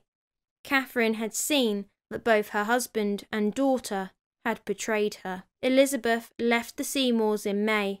Thomas made no attempt to see her go, but Catherine had. Her once warm and loving mother was cold. She merely said, "God has given you great qualities. Cultivate them always, and labour to improve them, for I believe you are destined by heaven to be Queen of England." Elizabeth kissed her and was gone, unable to bear Catherine's coldness. Elizabeth soon became ill, possibly grief-ridden, as she now saw that she had caused terrible hurt to the woman she called mother, and had potentially risked her reputation and her place in the succession. Thomas wrote to Elizabeth taking the blame and swore to testify Elizabeth's innocence if necessary. But she responded telling him it was best if they didn't have any contact at all, and while Catherine was alive, he did just that. But this was in the July time, and Catherine died in September, so it wasn't really that long. After Elizabeth's departure, Catherine made an effort to forget what had happened and rebuild her broken marriage. Eventually, relations between her and her husband did improve, mainly by the shared pleasure of anticipating the birth of their child. Elizabeth wrote a letter to her stepmother, saying how truly I was replete with sorrow to depart from your highness. She signed the letter, Your Highness's humble daughter Elizabeth. It was undoubtedly a plea for forgiveness, and Catherine realised that Elizabeth had never intended her any real harm. She had lost her head over a handsome man who should have known better. Catherine wrote a warm reply, assuring her stepdaughter of their friendship. Elizabeth responded to Catherine's letter on the 31st of July, saying her letter was most joyful to me. I'm personally glad that the two were able to reconcile their differences, because Catherine Parr would ultimately die on the 7th of September 1548 from childbirth complications. Elizabeth and Mary grieved for the loss of their stepmother, who had always been kind and protective of them. Catherine had always acted as the mediator in the family, and her death would mark the beginning of a great divide between the sisters, who had once been close, but would now gradually grow ever more suspicious of each other, and end as formidable rivals in the dangerous arena of politics and religion. Thomas had lost the small amount of power that he had after Catherine's death, and was still trying to get his comeuppance on his brother, Edward Seymour, Lord Protector, who had more influence with their nephew than what he did. Thomas Seymour snuck into the king's residence and planned to basically kidnap his nephew. Not a great plan. Unsurprisingly, Thomas Seymour was arrested in the January of 1549 for conspiring to kidnap the king, for shooting Edward VI's dog, and for his despicable behaviour with Elizabeth finally came to light. Edward was suspicious of his sister, so the 15-year-old Elizabeth was interrogated about her relationship with Seymour, and if there was any truth about the rumour of Elizabeth and Seymour getting married. Elizabeth stood her ground and insisted that she had not been involved with Seymour's plans, and that there had been no discussion of marriage. She did, however, admit to knowing of Seymour's ambition, but she claimed that she never encouraged it. Kat Ashley, Elizabeth's governess, testified the incidents that we discussed earlier, about how Seymour would climb into Elizabeth's bed and tickle her. Kat Ashley said although some affection was unwanted, Elizabeth would blush at the mention of his name. Elizabeth herself refused to say anything that could incriminate her. After all, plotting to marry a princess of England, even if she's an illegitimate one, without getting permission from the Lord Protector, was treason. Thomas Seymour was found guilty of treason and was beheaded on the 20th of March 1549. Seymour protested his innocence on the scaffold. When Elizabeth heard that he had been executed, she said, "Today there died a man of much wit and very little judgment." Elizabeth's brother, King Edward VI, would die at the age of 15 on the 6th of July 1553. It was expected that her sister Mary would be queen, as Edward had no issue. But instead, her cousin Lady Jane was queen. I imagine Elizabeth was confused, happy that a Protestant was on the throne again, but also angry because if Mary had been glossed over, then so had Elizabeth's claim, and potentially she was written out of the line of succession. Elizabeth was tactful and she stayed quiet. Mary ousted Jane from the throne on the 19th of July and was proclaimed queen. When Elizabeth heard, she rushed to London to swear loyalty to her sister. Knowing how much of a staunch Catholic she was, Elizabeth was preparing for a bumpy ride. Elizabeth had reached London on the 29th of July, just before Mary, and when Mary arrived on the 31st, Elizabeth rode out to the city gates to meet her sister. Mary had arrived with a full royal train, and relations between the two daughters of King Henry VIII had not always been friendly, but today it was all smiles, as the new queen raised her kneeling sister to her feet and embraced her. As the procession continued on its way towards London, the Lady Elizabeth felt like a princess, as she was in the place of honour immediately behind her sister, the Queen. Early in Mary's reign, she declared that Elizabeth was still illegitimate, and she went about reversing the Protestant reformations of her father and brother, bringing back a lot of the Catholic ways of worship. I believe that this actually would have had an effect on Elizabeth, because a lot of the Catholic ceremonies were glamorous and full of royal pomp and extravagance. Although Elizabeth would reign as a Protestant ruler, she kept a lot of the ceremonial pomp that came with Catholic ceremonies, and the same can be said about royal ceremonies today. Because if there's one thing that we love about royalty, it's the glamour that they bring. The UK was pretty much saved from a recession thanks to Queen Elizabeth II, because of the extravagance for her Platinum Jubilee in 2022, and again for her death and funeral in the same year, as it brought tourism and merchandising, and bank holidays so we could watch it. Right, let's get back to the OG Elizabeth. So, Mary started with her Catholic Reformation with the court. That meant everyone at court was supposed to go to Mass. Yes, Elizabeth, that includes you. Anne of Cleves and Elizabeth were the only two at court who stayed away from Mass, and Mary grew ever colder towards her sister. Elizabeth knew that she had to please Mary to stay alive, but if she went to Mass, her Protestant lords and allies may turn against her. So she blew hot and cold, sometimes begging Mary to send her teachers who would put her right on matters of religion, and sometimes bunking off so that the Protestants could see that she wasn't really serious. Mary knew that Elizabeth was just stringing her along. She didn't like her sister much now. She knew Elizabeth was more popular than she. But short of executing her, and she couldn't do that without a very good excuse, the only surefire way of scuppering Elizabeth was for Mary to have children. Mary had her coronation on the 1st of October 1553 at Westminster Abbey. Elizabeth once again took the place of honour, this time with Anne of Cleves. The two women shared an open chariot, which was richly arrayed with crimson velvet and a cloth of silver. They were also given new dresses that were made of a similar rich silver material, and in the procession to Westminster Abbey, they walked together directly behind the new Queen. The first 2 months of 1554 saw the Wyatt Rebellion. This was in protest of Mary's plans to marry Philip, Prince of Spain. The rebels wanted to depose of Mary and replace her with Elizabeth. This support for Elizabeth proved to Mary just how dangerous her sister was, and she summoned her sister to the Palace of Whitehall.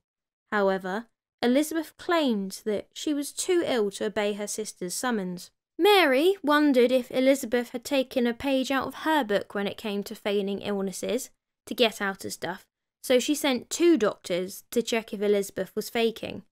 When they arrived, she was ill. She was pale and she was weak. The doctors, however, did say that she was well enough to travel to London if she travelled by litter. So, she travelled by litter to Whitehall Palace. Elizabeth, though protesting her innocence in the Wyatt affair, was imprisoned in the Tower of London for 2 months. Elizabeth's cousin Jane was also implicated in the Wyatt business and was executed on the 12th of February 1554. On her arrest in 1554, Elizabeth wrote to Mary, imploring her to ignore evil persuasions that would persuade not one sister against the other. Elizabeth's imprisonment at the Tower was comfortable enough, though. Physically, she was allowed in the gardens and had 4 rooms in the old palace. But this was also where her mother had spent her last days before her execution. But it wasn't too bad because she did get to spend some quality time with Robert Dudley. If you know, then you know. Robert Dudley was Guildford's brother, the husband of Lady Jane Grey, and was probably there just for good measure. Although in separate parts of the Tower, Robert and Elizabeth would have been allowed out for exercise together. As mentioned earlier, Elizabeth stayed at the same apartments where her mother had spent her last few days. Mary believed that Elizabeth was unloyal to her and Catholicism. Mary saw Elizabeth as illegitimate and she was interrogated several times, but she was strong in her denial of the involvement in the plot. Elizabeth's health wasn't good while in the Tower and she had difficulty sleeping, but she kept herself composed, just as she had during the Seymour scandal. Elizabeth was innocent of conspiracy, and Mary had her released due to lack of evidence. Within 2 months, Wyatt had been beheaded and the investigation stalled. No evidence could be found of Elizabeth's involvement, and she was released on the 19th of May, the anniversary of her mother's death. But she would now be escorted to Woodstock, where she would be put under house arrest. I'm watching you, Wazowski. Always watching. Elizabeth spent the entire journey to Woodstock fearing for her own assassination, as this would get her out of Mary's way, without Mary being held responsible for her sister's death. However, Mary was childless and Elizabeth was her heir, so, quite frankly, she was safe for now. Mary wed Philip of Spain on the 25th of July 1554 at Winchester Cathedral. Prior to the wedding, Philip was anxious to meet Elizabeth, as everyone had said she was more fun than Mary. He was probably thinking that he's marrying the wrong sister. Mary said no, but Philip kept insisting. See, Philip was also thinking about his own self-preservation. If Mary did manage to get pregnant, she might die in childbirth. Then Elizabeth would be queen. And Philip's father, the Emperor Charles V, was very anxious that she remain Spain's ally. Finally, Mary agreed and Elizabeth was brought to Hampton Court Palace. The two met on the 15th of April. Philip, to an extent, did actually help mend the sisters' relationship, and she did ask him to assure Mary that she had no part in the Wyatt Rebellion, and because Mary was madly in love with her husband, she just took his word. Mary finally released Elizabeth from house arrest in August 1554. She was allowed to return to Hatfield, but she still did not trust her. Philip wanted to be sure that England was kept out of French hands, as the next heir after Elizabeth would be the Grey sisters or Mary Queen of Scots, who was married to a French heir. Philip had to keep Elizabeth alive and cultivated. In 1556, Elizabeth was summoned to court. Philip and Mary were convinced that they could get Elizabeth to convert to Catholicism if she had the right husband to manipulate her. They viewed her as very meek and easy to control, and Elizabeth would be a better heir than Mary Queen of Scots. Part 2 of Philip's cunning plan was for her to marry an ally of Spain, the Duke of Savoy. Elizabeth had been summoned to court and then ordered to marry the Duke. However, Elizabeth said no, and Mary threatened to lock her up in the tower again. It turned out to be only a threat. But Elizabeth was so scared that she wrote to the French ambassador asking if she could come and live in France. He told her that if she wanted to inherit the English throne, she would have to stay where she was. By November 1558, Mary had had 2, sometimes 1, depending on the sources, false pregnancies. Philip had run away to Flanders, and Mary's health was declining. Despite her best efforts, her only heir was Elizabeth. And on the 6th of November 1558, Queen Mary I recognised the Lady Elizabeth as her heir. Mary would then die on the 17th of November 1558. It is said that when Mary I died and the news was taken to Elizabeth, they say that she was reading in the garden. Elizabeth was happy when Mary died, and she said, "This is the Lord's doing. It is marvellous in our eyes." Right, people who live in the UK, back me up in the comments section down below.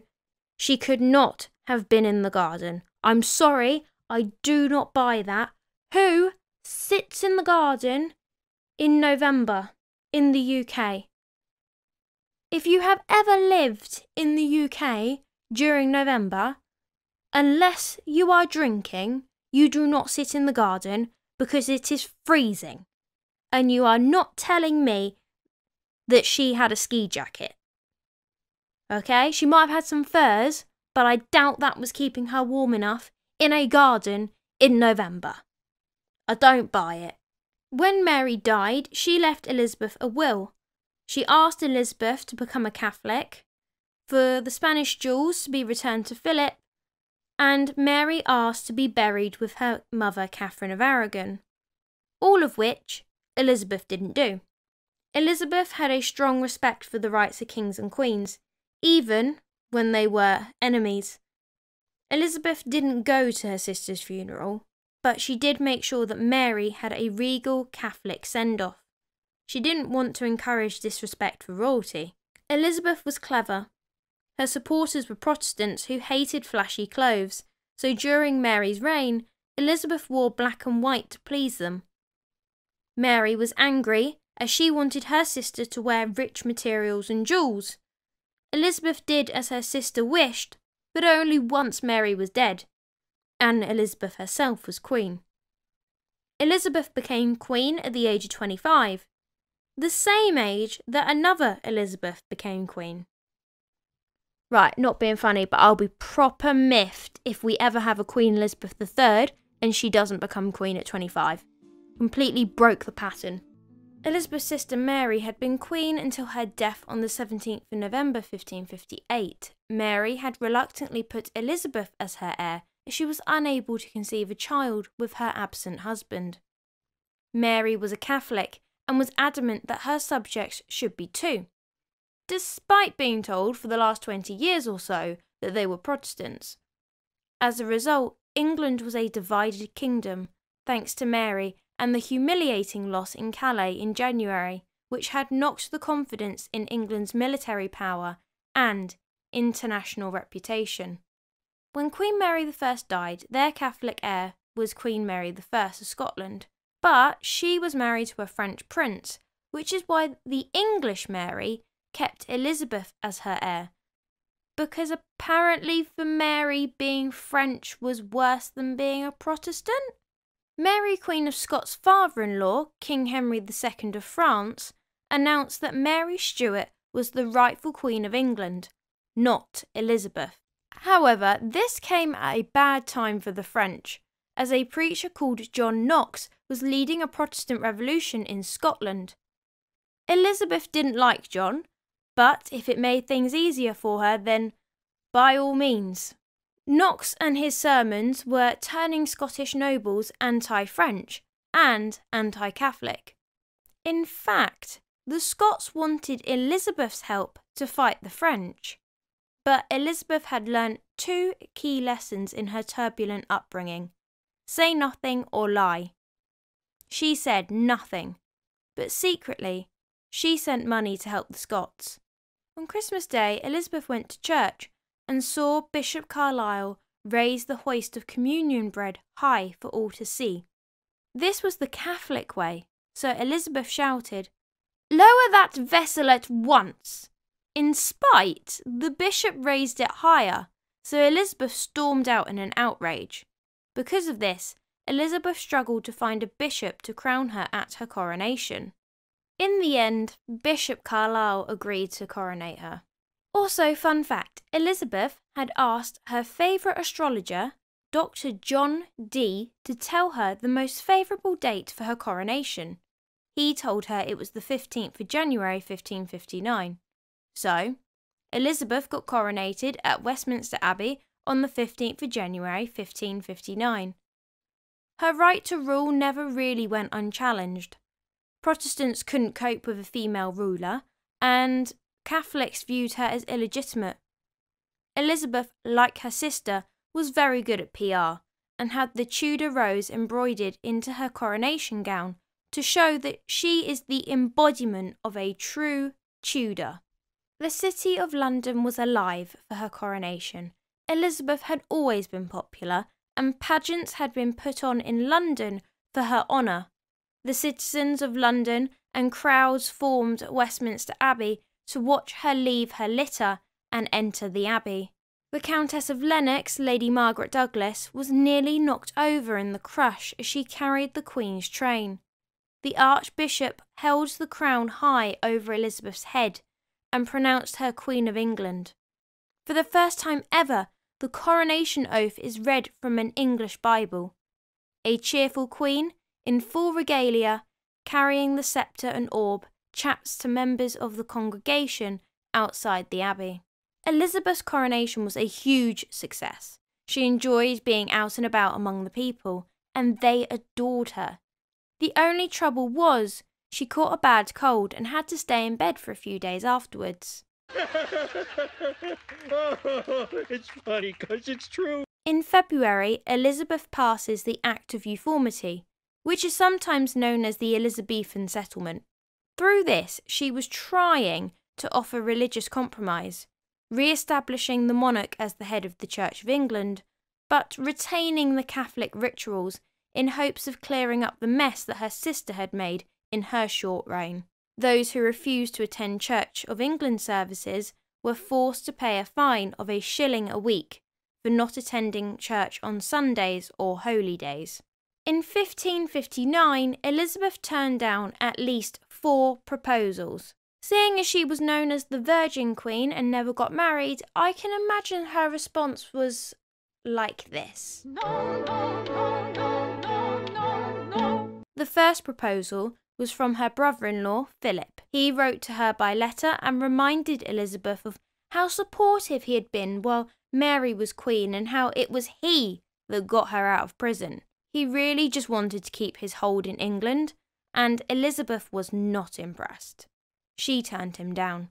A few months later, Philip started new negotiations with a French princess. Elizabeth wrote to Philip that he couldn't have loved her that much if he couldn't wait 4 months for an answer. Philip then became engaged to the French princess. Despite this, Philip and Elizabeth would remain friendly. That is until she starts to poke the bear. The second was Prince Eric of Sweden, who she rejected in the May. Eric was the eldest son of the King of Sweden and was a Protestant. He sent his handsome brother, Duke John of Finland, to woo her. Can we just take a minute to appreciate John's moustache? I mean, my God, look at that thing. It's just so majestic. They got on so well that people thought John and Elizabeth would wed. She turned Eric down, but that wasn't enough for him to get the message. 2 months later, he was writing to her that he would go through wind and storm to be with her. A year later, he did just that, and his fleet was blown apart.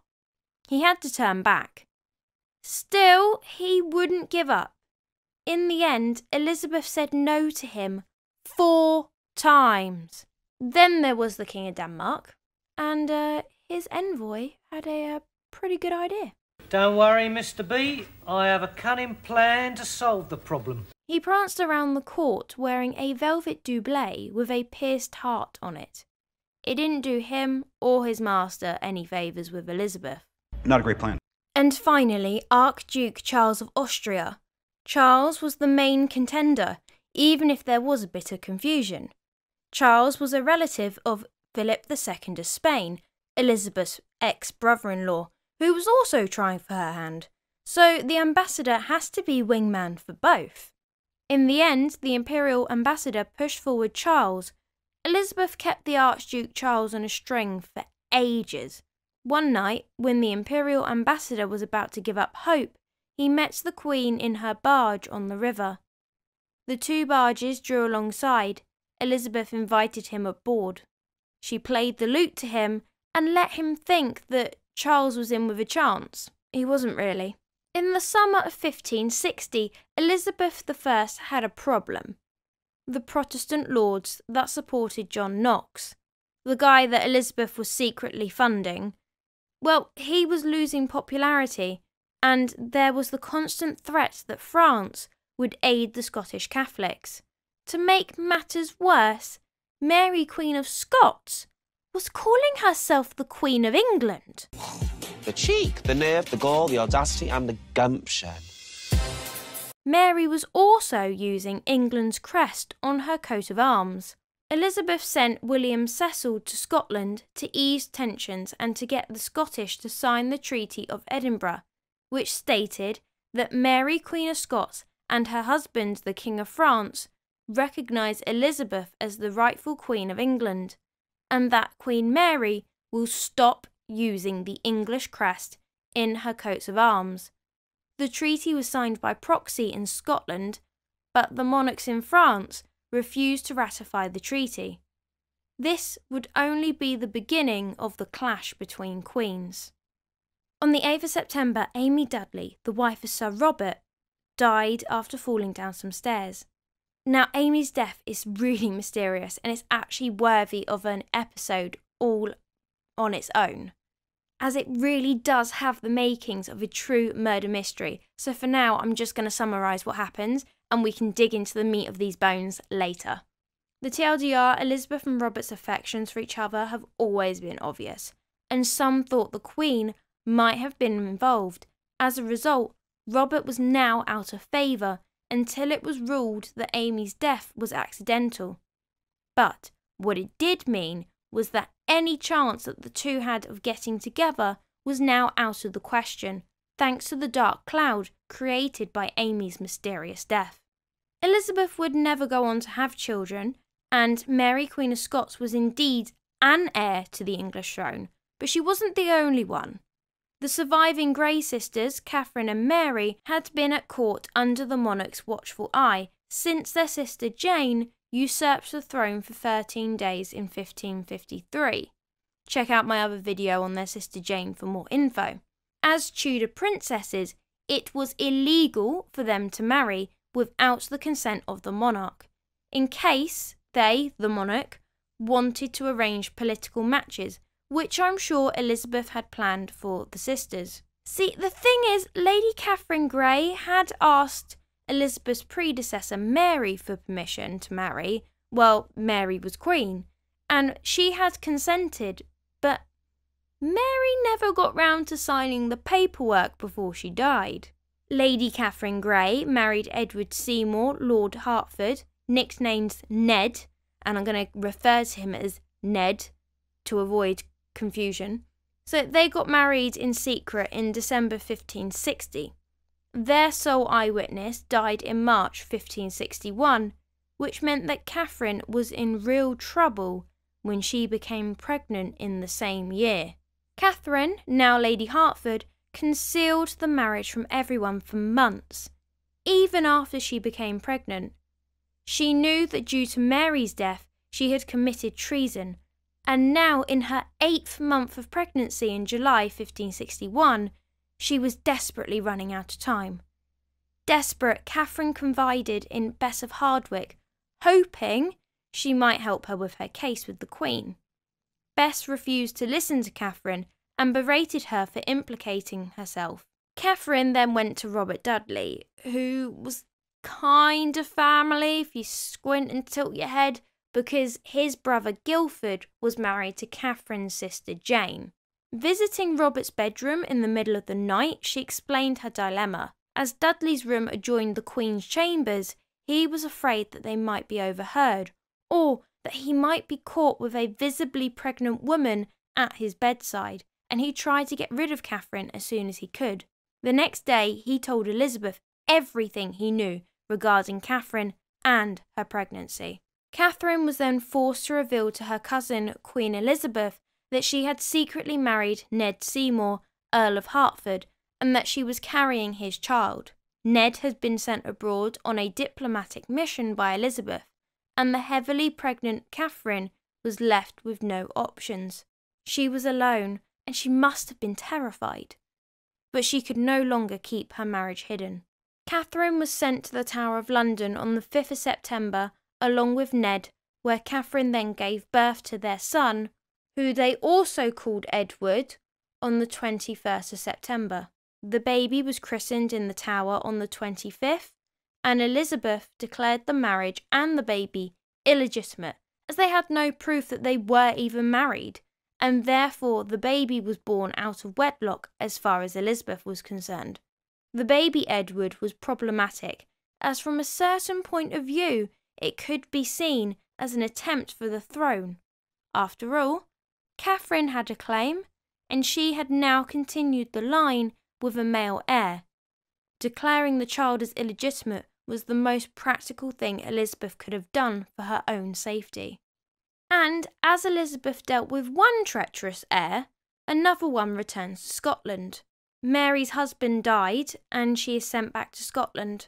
Within days of arrival, Mary sent a representative to England to ask Elizabeth to acknowledge her as heir to the English throne. The cheek, the nerve, the gall, the audacity and the gumption. Elizabeth refused to acknowledge Mary as her rightful heir. She simply refused to name her as such for fears of plots and conspiracies. And can I just say that I think Elizabeth was right when we find out the amount of plots and conspiracies that went on. In the autumn of 1562, the 29-year-old Elizabeth contracted smallpox. It was fatal, and at one point it would look like that she would not recover. And, without an heir, another panic for the succession occurred. Many people, including the Queen's advisor Cecil, favoured the claim of Catherine Grey. Elizabeth recovered, although she would be scarred, but she realised the danger that Catherine posed to her throne, which wasn't helped when she fell pregnant for the second time in 1563. Elizabeth was always suspicious of such talk, remembering her days under Mary's rule, and once said, "So long as I live, I shall be Queen of England. When I am dead, they shall succeed that have most right." Elizabeth passed her smallpox on to her lady-in-waiting, Lady Sidney, the sister of Robert Dudley. Thankfully, she survived. Some of Elizabeth's ladies weren't so lucky. When Elizabeth thought she was going to die from smallpox, she asked the Privy Council to make Robert Dudley Protector of the Realm and to give him a suitable title. But that never happened, as the Queen thankfully recovered, so Dudley was made a Privy Council member instead. Despite being kept in separate cells, in February 1563, Catherine Grey gave birth to Ned Seymour's second child, Thomas Seymour, in the Tower of London. Right, seriously, Seymours, come on. There are other names in the world than Edward and Thomas. Okay, it just makes history so confusing when everybody is either named Edward Seymour, Thomas Seymour, or Jane Seymour. Honestly, go have a look. Sorry, rant over. It just stresses me out because it makes it difficult to figure out who's who. The Lieutenant of the Tower, Edward Warner, was a kind man and had allowed the couple to spend time together. He left certain doors unlocked and paid no attention to who passed through. Ned had to pay a fine for getting his wife pregnant. One must sympathise with Elizabeth, though. Not only had Catherine and Ned disdained and insulted the crown by their earlier offences, that was awful enough. But now they'd done it again? No remorse, no realisation of the enormity of their crime, just the same stupid, disrespectful behaviour. Elizabeth's patience, which she never did have lots of, was at an end. Elizabeth was very intelligent and conscious of her own position. She assumed Catherine must, at the very least, understand her position as well. Had she not learnt from her sister Jane's mistakes? She could not be so foolish and thoughtless as everyone argued in her defence. Everyone knew that actions have consequences. And so must Catherine Grey. Right, let's hop back to Elizabeth's other heir, Mary, Queen of Scots. She was looking for a husband again. This was not good. Elizabeth needed to try and sway her cousin to a match that wouldn't be a disadvantage for England. Originally, talks were opened with a match for Don Carlos, the son of Philip II of Spain. What? But Elizabeth made it clear that she would view this as a hostile act. Elizabeth tried to neutralise the threat by suggesting the Duke of Norfolk, the Earl of Arundel, and even her favourite Sir Robert Dudley. But Mary had eyes for Henry Stuart, the Lord Darnley, who was also a grandchild of Mary Tudor, so, like Mary, he had a strong claim to the English throne. Her suggestion of Robert shows how desperate Elizabeth was, because he was hers. In Elizabeth's head, Mary would give up living in Scotland and come live in England, in Elizabeth's court, so she could still be with Robert. But let's get real, that would never have happened. Mary at first inquired if Elizabeth was serious, wanting above all to know her chances of inheriting the English crown. Elizabeth repeatedly declared that she was prepared to acknowledge Mary as her heir, only on the condition that she married Robert Dudley. Mary's Protestant advisers warmed to the prospect of her marriage to Dudley, and in September 1564, Dudley was created Earl of Leicester, a move designed to make him more acceptable to Mary. And how did Robert feel about this? He was horrified at the idea of being sent to Scotland. He looked thoroughly gloomy when the Queen knighted him in the September of 1564, and she shocked everyone by tickling his neck in the middle of the solemn ceremony. He needn't have worried though. Mary didn't want a man with rumours of murder hanging over him, and she wanted to marry Lord Darnley. Fortunately for Dudley, the marriage arrangement was called off in January 1565. Neither Robert or Mary was enthusiastic about the match, and despite Elizabeth agreeing to name Mary Queen of Scots as her heir, she couldn't actually bring herself to do it. Mary married her second husband, Henry Stuart Lord Darnley, on the 29th of July 1565, and she gave birth to their first child, James, at Edinburgh Castle on the 19th of June 1566. However, Darnley was not the nicest human being, and he conveniently died in a house explosion. You know, after his wife Mary had witnessed him murder her friend Rizzio. 3 months after his death, Mary, Queen of Scots, married again on the 15th of May 1567 to James Hepburn, Earl of Bothwell. The marriage was unpopular, especially with Elizabeth. The marriage divided the country into 2 camps. When Elizabeth found out that Mary was planning on marrying James Hepburn, Elizabeth sent Mary a series of letters begging her not to do so. And I've got a snippet here from her letter. I exhort you, I counsel you, and I beseech you to take this thing so much to heart that you will not fear to touch even him who you have nearest to you, if the thing touches him. Praying the Creator to give you the grace to recognise this traitor and protect yourself from him as from the ministers of Satan. I wish as much good to you as my heart is able to imagine, or as you were able a short while ago to wish. Heartfelt recommendations to you, very dear sister. Elizabeth knew what a terrible effect marrying Bothwell would have on Mary's reputation. Here is another extract from the letter she wrote to her. No good friend you have in the world can like thereof, and if we should otherwise write or say, we should abuse you. For how can a worse choice be made for your honour than in such haste to marry a subject who, besides other notorious lacks, public fame, has charged with the murder of your husband? Elizabeth was right, and in the civil war that would follow, Mary was defeated, and instead of going to France, where she had friends and family, Mary decided to go to England, where she knew no one. Not a great plan. In what I can only describe as an incredibly stupid decision, the last thing Elizabeth needed was a Catholic cousin with a claim to the English throne, gate-crashing her country. Things went south in Scotland, and Mary was forced to abdicate in favour of her son, James, who became King James VI of Scotland. Elizabeth was outraged. She sided with Mary. She believed that what the Lords had done was abhorrent. They had imprisoned and deposed an anointed queen, a crime against God that was even greater than Darnley's assassination months earlier. In Elizabeth's mind, nothing justified the action against Mary. Elizabeth's other heir, Catherine Grey, wasn't having a great time either, as she had fallen into a deep depression as she was being kept away from Ned, and she had refused to eat. And eventually, Catherine Grey died on the 26th of January, 1568. Some people believe that she died of a broken heart. Mary arrived in England on the 16th of May, 1568, by fishing boat.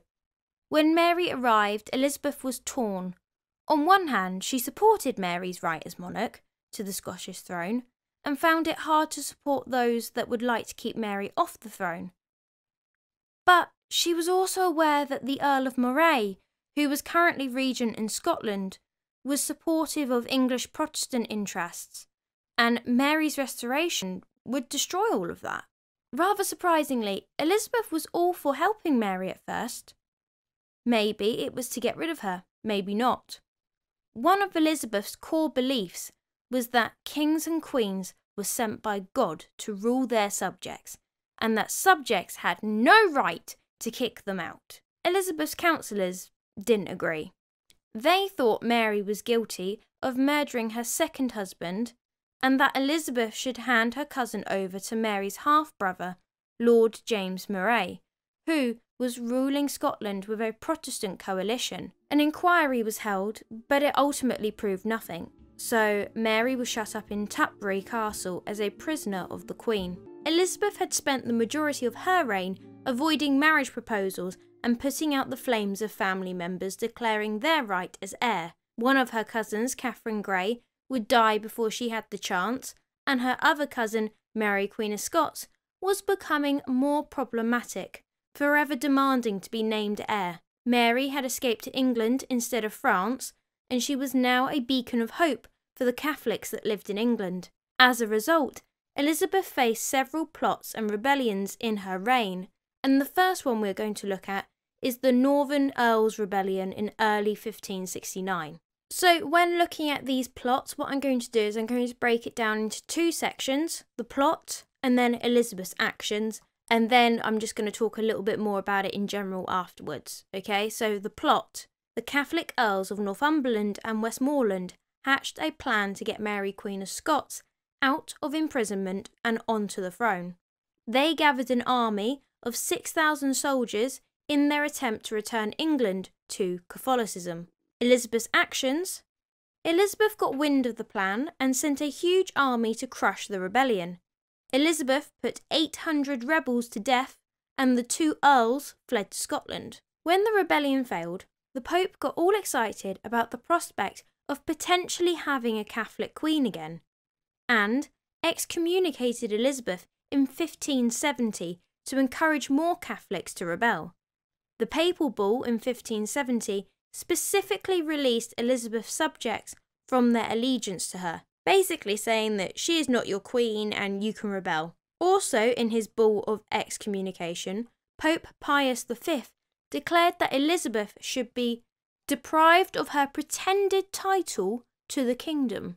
This meant that any foreign prince was entitled to invade and take her throne, and he also freed all of Elizabeth's subjects from their oath of allegiance. He went as far to say that to support Elizabeth would lead to eternal damnation. The Pope also started encouraging Spain to invade England and replace Elizabeth with Mary Stuart, her Catholic cousin. Parliament and the Privy Council were outraged. They urged Elizabeth to clamp down on Catholics. It was the beginning of the end of Elizabeth's even-handed religious policy. From then on, Elizabeth was hard on Catholics, although nothing like as hard as her sister Mary had been on Protestants. The next year saw the Ridolfi plot. So the plot was, the Duke of Norfolk, Elizabeth's cousin, had fallen in love with Mary. He had fallen in love with her when he was chairing the inquiry. Elizabeth put him in the tower because he was getting ideas about marrying Mary, and when she let him out, he was plotting with an Italian banker called Ridolfo and the Spanish Duke of Alva within weeks. Roberto Ridolfi planned to assassinate Elizabeth and make Mary queen. He had support of King Philip II of Spain, Elizabeth's cousin the Duke of Norfolk, and obviously Mary, Queen of Scots. Norfolk felt unappreciated by the English queen, and talks had fluttered about him marrying Mary ever since she arrived in England. So the plan was for him and Mary to marry once she was free, to strengthen her claim over the English throne, regain the Scottish throne, and then elevate Norfolk's power. Mary denounced her ties with the French and openly embraced that of Catholic Spain. Elizabeth's actions? Well, the plot was uncovered by Elizabeth's chief advisor, William Cecil. Ridolfi was expelled from the country, and Norfolk was executed as a result. After the Ridolfi plot, Elizabeth had to acknowledge Mary as a threat and placed her in stricter custody. At first, Elizabeth refused to sign the death warrant for the Duke of Norfolk, as she hated executing people, especially those that she knew well. However, her guilt wouldn't hold out for long, as the Duke of Norfolk was beheaded on the 2nd of June 1572. She has got a bit of a habit of accidentally executing family members. Wonder where she got that from. Feeling like she needed an ally against Spain and the threat of Mary, Elizabeth entered marriage talks in late December with the then Duke of Anjou, who later became King Henry III of France. Nothing came of this marriage, and Henry would go on to marry Louise of Lorraine. Despite inheriting her grandfather's frugality and spending far less money than her father, England was broke. Even cutting her allowance at court wasn't helping, as Elizabeth was still spending more money than she was bringing in. She wasn't in favour of raising taxes, as that would upset her subjects, and the only time Parliament would justify raising tax was in the case of war, and Elizabeth wasn't a fan of war. Enter pirateer Francis Drake. Hello there. Unlike Jack Sparrow, There should be a captain in there somewhere. Francis Drake was a pretty good pirate, good enough to gain a knighthood from the Queen and to enrage the Spanish king he was robbing from. Elizabeth got on well with these sea captains. There are others, but the most famous was Sir Francis Drake, and they were mainly Protestant. The sea captains were loyal to her, and they were always up for an adventure. Drake made the Queen rich, and captured a huge haul of gold and jewels which the Spanish had discovered in the New World, but he brought it back to England. Elizabeth invited him to meet her, as she wanted to know all about his travels. Also that year, the Protestants in the Netherlands had begun a revolt against the Spanish rule. This became known as the Dutch Revolt. Elizabeth secretly supported the Dutch rebels because she knew the Dutch revolt would keep the Spanish too busy to threaten England. The Netherlands were ruled by Spain, but the English saw the Netherlands as a vital place for trade. By 1572, Protestant ideas had spread in the Netherlands, and Protestant Dutch rebels began a campaign for independence from the Catholic Spain, leading to the Dutch Revolt. King Philip of Spain sent an army to defeat the rebels. Following the death of the Dutch rebel leader, William of Orange, not the same William of Orange that became King of England, I think it's like his grandfather or something, Elizabeth was approached to become Queen of the Dutch. She declined, but sent an army to fight with the Dutch against Spain. Throughout the 1590s, the Dutch won several victories against the Spanish, and by 1609, after Elizabeth's death, the Dutch Protestants had won control of Holland. In 1574, Elizabeth sent more family members to the Tower.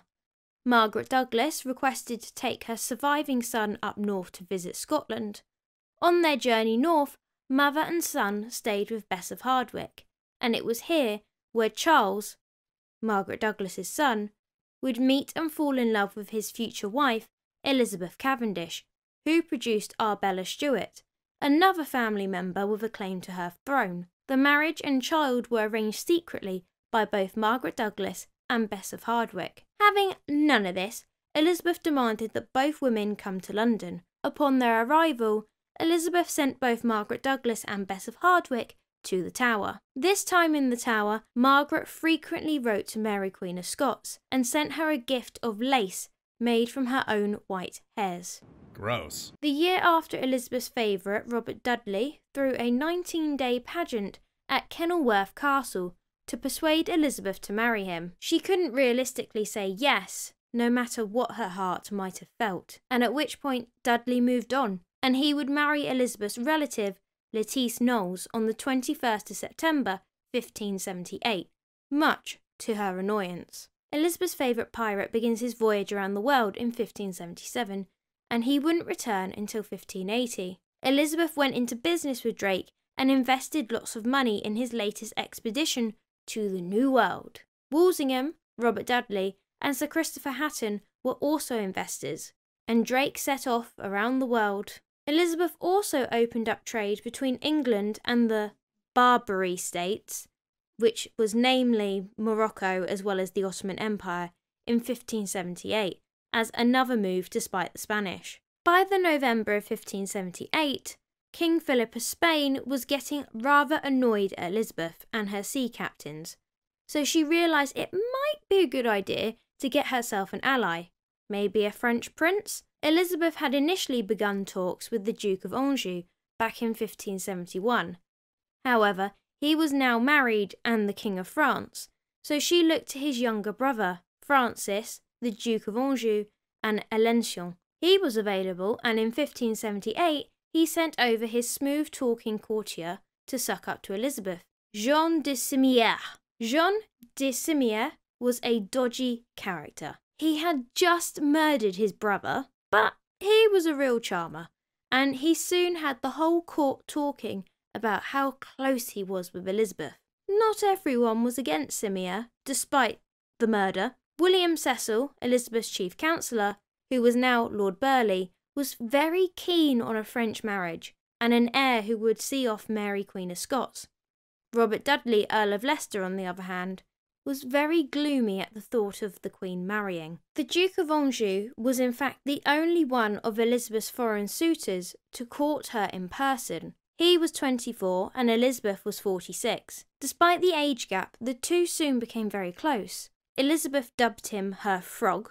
While a few believe this nickname arose from a frog-shaped earring he had given her, let's be honest, frog has been an unflattering slang nickname for the French for centuries. Many were horrified at this relationship because he was a Catholic. The summer of 1579, we think, is when Elizabeth found out about Robert Dudley marrying Lettice Knowles. Elizabeth was dealt the crushing blow of Dudley's betrayal. She herself was actually engaged in negotiations for a potential marriage with the Duke of Anjou, but that did not make the news any easier to swallow. So incandescent with rage was she that her initial reaction was to send Dudley to the Tower, a punishment he was thankfully spared, thanks to the intercession of the Earl of Sussex.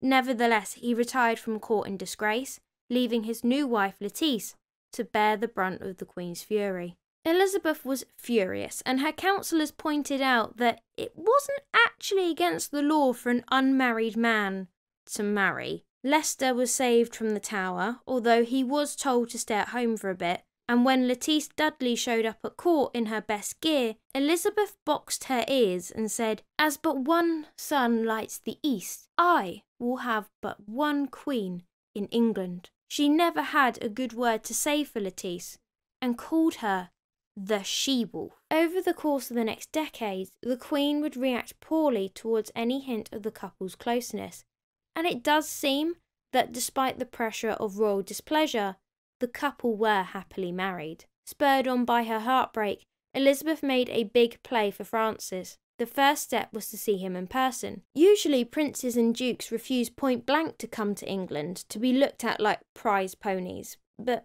Anjou wasn't fazed. Anjou was called back to France at the end of August when a friend of his was killed in a duel. By the time he reached home, he had sent Elizabeth 7 letters. In one he wrote, "If your majesty will consent to marry me, you will restore a languishing life, which has existed only for the service of the most perfect goddess of the heavens." Elizabeth liked her men to talk to her like this. She was quite taken with Anjou, and she wrote a poem about how she felt. In October 1579, marriage negotiations were now underway. However, Elizabeth's councillors put their feet down about some of the terms proposed by the French. They weren't prepared to crown the Duke of Anjou King of England immediately.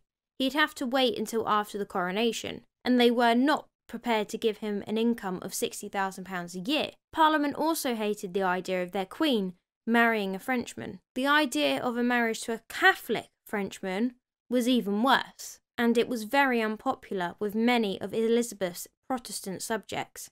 And in the November of 1579, it really did look as if Elizabeth might actually marry. I feel like Elizabeth must have looked back at when Mary married Philip. That marriage was extremely unpopular, and the Wyatt rebellion happened as a result. Could she be facing the same thing if she also went through with this unpopular match? So instead of pushing ahead, she asked her councillors what she should do next. When they came down against the marriage, she burst into tears. The next day they came back, very contrite, and said that they would do anything if it would make her happy. Elizabeth and the Duke of Anjou saw each other on and off over the next few years. Anjou was fighting on the Protestant side in the Netherlands, and he wanted Elizabeth to back him. On one occasion, they appeared together on a balcony, and Elizabeth announced that she was really going to marry him. She kissed Anjou on the lips, took a ring from her finger and gave it to him. Technically, it was official that they were engaged, but then the very next day she called him to her privy chamber and said that she could not marry him. Rather than cause unrest, the Queen's virginity became an unlikely source of unity, a defiant symbol of her virtue and sacrifice. Portraits of Elizabeth became loaded with symbolism borrowed from the Virgin Mary or from the chaste classical goddess Diana. And, like a goddess, Elizabeth's appearance in art remained ever youthful. Loyal supporters wore her image as a badge, courtiers gushed their admiration in poetry, and the wider country celebrated in festivals and pageants. Elizabeth was married to England. In 1580, Francis Drake returned home from his world voyage. Look what I got. I got a jar of dirt. Being a much better pirate than Jack Sparrow, Drake returned with £800,000 worth of stolen treasure, not to mention some sample potatoes and a tobacco plant, and tales of strange creatures called llamas. Drake gave Elizabeth a crown that had 5 emeralds in it, which she wore the following New Year's Day. He was knighted the next year as a result for all of his presents to the Queen.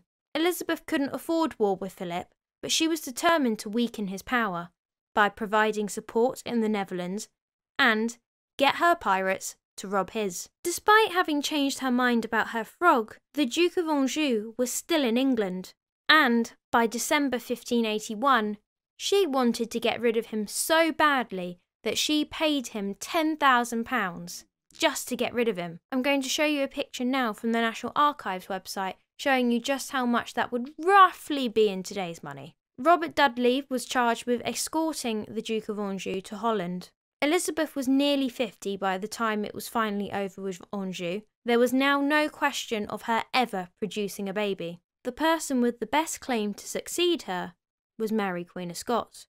who was still stuck in prison. Mary's arrival in England had destabilised Elizabeth's control over her country. If you remember, Pope Pius V had excommunicated Elizabeth just after Mary arrived in England back in 1570, and this meant there were always some Englishmen who felt it was their duty to get rid of Elizabeth from the throne of England.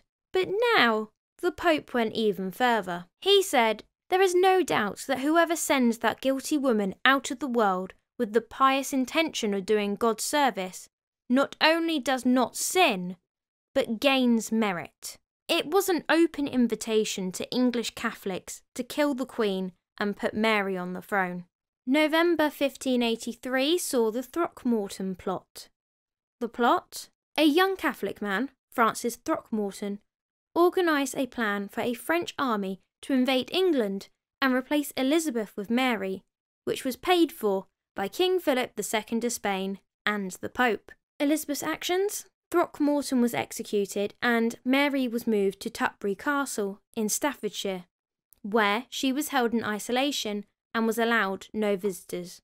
The unravelling of the Throckmorton plot, also to replace Elizabeth with Mary, led to the creation of the Bond of Association and the Act of Security of the Queen's person in 1584. Mary, though not specifically named, was now responsible for future plots instigated in her name. Sir Francis Throckmorton was tortured on the rack, a form of torture that left victims crippled for life. Throckmorton gave nothing away the first time round, but the thought of a second session on the rack was too much for him, and he told Walsingham everything he wanted to know. This is how Elizabeth learned that Philip II of Spain was planning the Enterprise of England, a Catholic crusade to conquer England and put Mary Queen of Scots on the throne. Throckmorton was hanged at Tyburn and the Spanish ambassador kicked out, but Elizabeth's Parliament and Council were seriously worried by the Throckmorton plot. They thought that Mary Queen of Scots should have been among those executed, but Elizabeth wouldn't hear of it. Perhaps she remembered how she herself had been the centre of every plot going when her sister was queen, whether she liked it or not. Maybe she simply didn't want to create a Catholic martyr. Whatever the reason, even though she was often angry at Mary, she said there was no real proof against her. This wasn't good enough though for Francis Walsingham, who was determined to catch Mary. Don't worry, Mr. B. I have a cunning plan to solve the problem. Francis Walsingham set out to entrap Mary. Pretty soon he had proof that Mary was in league with all sorts of people, which included the banished Spanish ambassador and the French ambassador. They were in league with various English Catholics, including an eager young man called Sir Anthony Babington. Babington was so confident that his plot to murder Elizabeth and put Mary on the throne would succeed that he had his portrait painted with his fellow conspirators. Not a great plan. The last plot against Elizabeth that we're going to look at today is the Babington plot, which took place in July 1586. The plot? Sir Anthony Babington planned to rescue Mary from jail and murder Elizabeth. Secret letters between the plotters and Mary were discovered, which gave the evidence needed to prove Mary's guilt. Elizabeth's actions? This finally led to the execution of Mary, Babington, and 6 other plotters. As a likely successor to Elizabeth, Mary spent 19 years as Elizabeth's prisoner, because Mary was the focus for rebellion and possible assassination plots,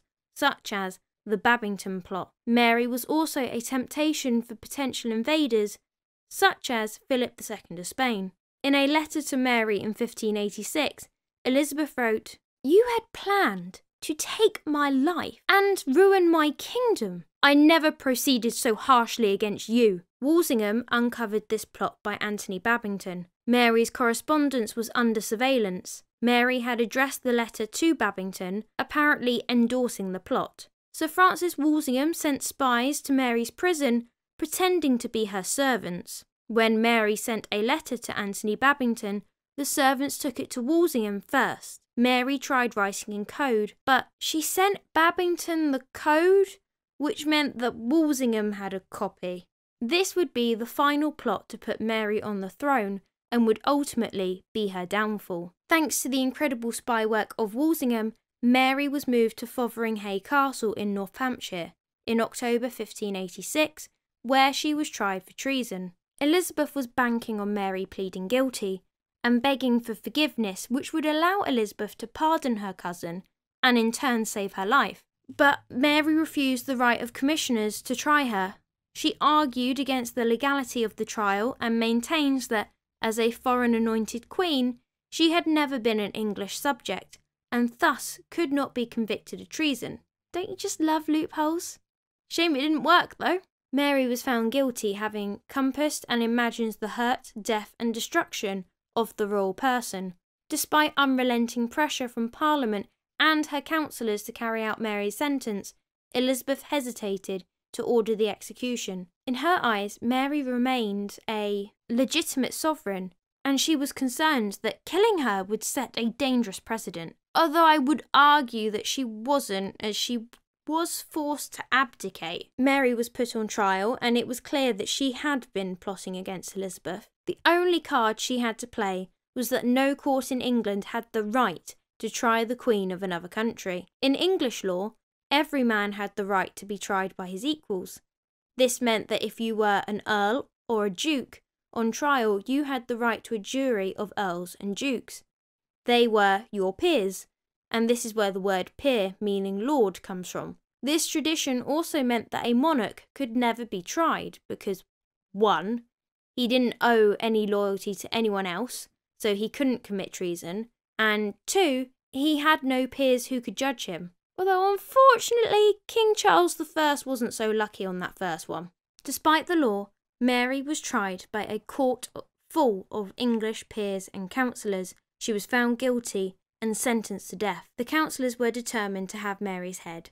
They were done with Elizabeth making excuses. Sir John Davison slipped the warrant in among a lot of other papers she had to sign, so she could pretend that she didn't notice what she was signing. The death warrant was handed to William Cecil as soon as she signed it, so she couldn't change her mind. The death warrant had been signed on the 1st of February 1587, and Mary was beheaded a week later, on the 8th. Elizabeth changed her mind after signing the death warrant, but her councillors had carried out the sentence without her knowing, although I find that extremely hard to believe. Like, yeah, alright, Elizabeth, who are you kidding? Mary was executed, her head severed in 3 blows. When Mary was executed, her head was supposed to be lifted high in the air by the executioner to prove that she was dead, but Mary was wearing a wig. When he grabbed it, the head slipped out and bounced on the floor. Mary was dressed in black. When the time came, she removed her black dress to reveal a red petticoat. She slipped on red sleeves. She wore red so the blood wouldn't show, and she wore a turban round her head to keep her hair out of the way of the axe. But then I feel like that contradicts the wig story, so again, I don't know how much of this is actually fiction and how much is fact. I mean, I know the fact that her head was chopped off, that was definitely fact. And her eyes were bound with a white cloth trimmed with gold. The axeman's assistant held her body still while the axe fell. It missed her neck and cut into the back of her head. The second chop was a much better shot, but it still needed a bit of sawing with the axe to finish it off. Mary's pet dog, a Skye Terrier, had slipped into the hall under the cover of her skirts and was still hiding there when the head was off. It finally came out whimpering. It is said that the dog refused to eat and pined away and died. To be honest, the bit with the dog, well, actually, to be honest, the whole thing kind of sounds like a romanticisation of her beheading. Bit like with Jane Grey fumbling for the block. Let me know what you think in the comments section down below. Mary's heart was removed and put in a glass jar. Got it! The English didn't want any of that Robert the Bruce nonsense with loyal Scots following a heart into a battle. The heart was buried in the castle grounds. Mary had asked to be buried in France. She was actually buried in Peterborough. I mean, I've heard that Peterborough looks just like France in the summer, right? In 1612, her son King James I of England had her coffin moved to Westminster Abbey. Her heart still lays buried in the grounds of Fotheringhay Castle, where she was executed. Elizabeth was furious when she found out that the execution had already happened, The council pleaded with Elizabeth, claiming they wanted to spare her the pain of having to order Mary's death. Elizabeth claimed her advisors had betrayed her wishes. Elizabeth might have been genuinely distraught by the execution, but it was already too late, the minute that she'd signed the death warrant, quite frankly. Elizabeth did apologise to Mary's son, James. I'm sorry. In her letter to James, she wrote, "My dearest brother, I want you to know the huge grief I feel for something which I did not want to happen, and that I am innocent in the matter." James accepted the apology, but the Spanish, not so much. In all honesty, I think James mourned less than what Elizabeth did. But that's for another time. After ordering the execution of Mary Queen of Scots, her adoption of mourning clothes, and pretense that the decision hadn't been hers, was an act of self-pitying hypocrisy worthy of her father. Mary had been involved with the Babington plot, which planned to kill Elizabeth and replace her with the former Scottish Queen. As a result, Elizabeth accidentally signed her cousin's death warrant, and the Scottish Queen was executed at Fotheringhay Castle. Elizabeth wrote to Mary's son, King James VI of Scotland, and told him, I'm sorry. He was fine. But the Spanish, not so much. And we're going to be looking at some of the consequences of Elizabeth beheading Mary Queen of Scots. As it turned out, the consequences weren't as serious as Elizabeth had feared. The English Catholics pled loyalty to Elizabeth. Scotland, as briefly mentioned earlier, didn't really care, as now King James VI was now Elizabeth's potential heir. France still wanted an alliance with England, as they were scared of the mighty Spain, and Spain was already warring with England over the pirating and the Dutch revolt, so her death had very little effect. What it did do, though, was give King Philip II of Spain a reason to attack England. In July 1588, Elizabeth knew that the Spanish Armada was coming. Philip had been plotting against England for years. His first plan of trying to marry Elizabeth failed. His plan of trying to replace Elizabeth with Mary Queen of Scots had failed. And Sir Francis Drake and the other English sea captains were rubbing salt in his wounds by stealing his treasure. He also believed that he needed to help free the English Catholics, but the English Catholics didn't want a Spanish king ruling them any more than the Protestants did. People still remembered the terrible days when Philip had been married to Mary. It was Philip that had encouraged the burnings, not Mary. Now Mary Queen of Scots had been executed, he had a cast-iron excuse to march in, depose Elizabeth, and avenge her death. He planned to send an armada, which is Spanish for large fleet, you're welcome, to put the English navy out of action, so that the Spanish troops could cross the Netherlands in other, smaller ships and conquer England. Philip had planned the Armada for 2 years, and it pained him that Elizabeth was on the throne without him as consort. Not saying that he was in love with Elizabeth, but if she was on the throne, then realistically, if his first plan had worked, he would be ruling it too. And that's what he wanted, the kingdom, not Elizabeth. Philip at this point was 61 and Elizabeth was in her 50s. Soon after departing from Lisbon, Spanish ships had been damaged. Men had diseases and food had gone rotten, all before leaving. They had to stop at Corona in northern Spain for repairs. The commander of the fleet wrote to Philip telling him what had happened and that the men are weak. But Philip wanted the attack to go ahead as planned. They planned on sailing up the Channel, meeting with a Netherlands force led by the Duke of Parma in Dunkirk, who were to be ferried across in barges to invade Kent. The Armada would protect that fleet as they went on to England. It is claimed that Sir Francis Drake stood on Plymouth Hoe playing a game of bowls, and when he was interrupted to be informed about the arrival of the Spanish fleet, he said, "Time enough to play the game, and thrash the Spaniards afterwards." And he was determined to finish his game of bowls before dealing with the Armada. However, this is a lie. He did not play bowls at the arrival of the Armada. All accounts of Drake playing the game were written years after the event. You sit on a throne of lies. Meanwhile, English troops had been gathering at Tilbury in case the Duke of Parma landed from the Netherlands. Elizabeth decided that she would go and meet the men who were going to defend their country. Not everyone thought she should go. They were worried about her safety. What if a Catholic was among the troops? Would they take a shot at her? Elizabeth had long since forgiven Robert Dudley for his marriage to Lettice, and he was now in command of the troops at Tilbury. That was the real reason she was going.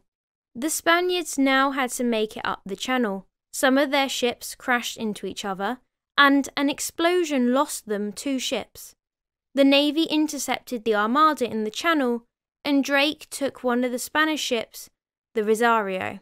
While at Tilbury, Elizabeth made an infamous speech that would inspire the English for centuries, and it's even used by our lionesses. The story of the Armada and Elizabeth's speech at Tilbury is used to inspire our little island in times of need. I know I have the body of a weak and feeble woman, but I have the heart and stomach of a king, and a king of England too, and think it foul scorn that Parma or Spain or any prince of Europe should dare invade the borders of my realm, to which rather than any dishonour shall grow by me, I myself will take up arms. I myself will be your general, judge, and rewarded of every one of your virtues. That last bit meant that she would pay the troops. As far as monarchs go, Elizabeth had a better record than many rulers on this. But she didn't pay them, despite saying she would in her speech. In the original story, the Queen's speech starts off the attack. The English set fire to 8 ships of their own and launched them towards the Armada.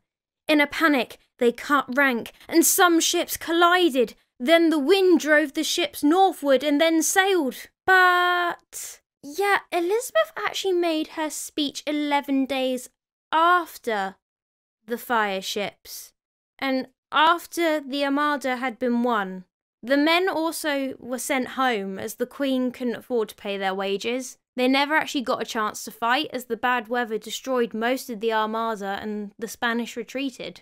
Elizabeth had come up with the plan to address the troops with her infamous speech while the Spanish were still in the Channel.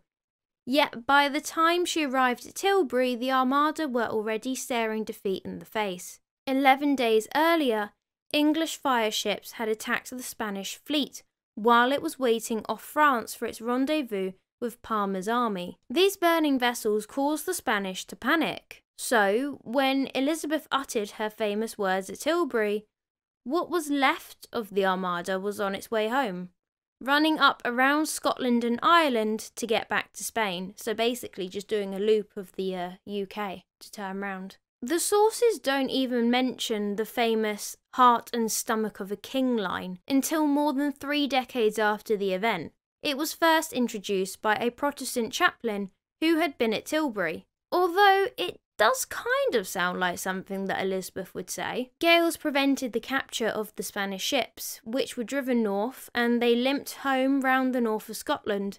Many ships were wrecked, hundreds of Spaniards drowned, and only half the Armada returned to Spain. Not a single English ship had been lost or taken. So basically, we beat the Spanish because of bad weather. Sounds about right. Despite beating the Armada, Elizabeth's ongoing struggle against Spain was costly and unsuccessful, leaving a large debt to her successor. The Crown threatened prison for those who were bold enough to claim that they had not been paid. By the end of 1588, more than half of the men who had fought against the Armada had died from disease and starvation. The Spanish Armada is often depicted as this invincible navy, but it was tiny really. There was 103 Spanish ships versus 34 English ships, Elizabeth and some private ships for extra.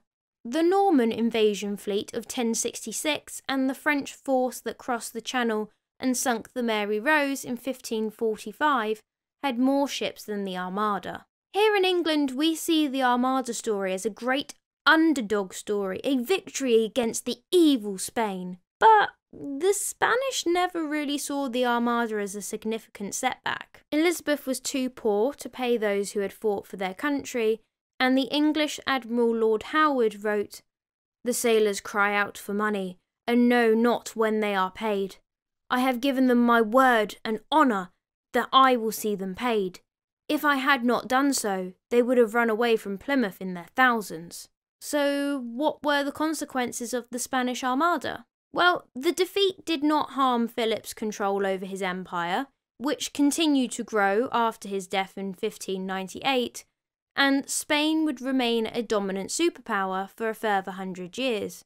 Philip tried other armadas in 1596 and 1597, but both of them again were destroyed by bad weather, although I guess more specifically this time storms. England took it as a sign that God was on their side, even celebrating a national day of thanksgiving for its victory over Spain on the 24th of November. Elizabeth's reputation as Gloriana peaked. The Armada also meant that England was able to continue causing trouble for the Spanish Empire, and the pirates continued to attack Spanish treasure ships. On the 4th of September 1588, the Queen's favourite and one true love, Robert Dudley, died at Cornbury Park near Oxford. Dudley's health had not been good for some time. Historians have considered malaria and stomach cancer as causes of death, but his death still came unexpectedly. Elizabeth, unsurprisingly, was deeply affected and locked herself in her apartments for a few days and refused to speak to anyone until Lord Burleigh had the door broken. Elizabeth kept the letter he had sent her 6 days before his death in a bedside treasure box for the rest of her life. It was marked with "his last letter" in Elizabeth's handwriting. However, don't think for 1 minute that in her grief Elizabeth would be kinder to her cousin Lettice. No!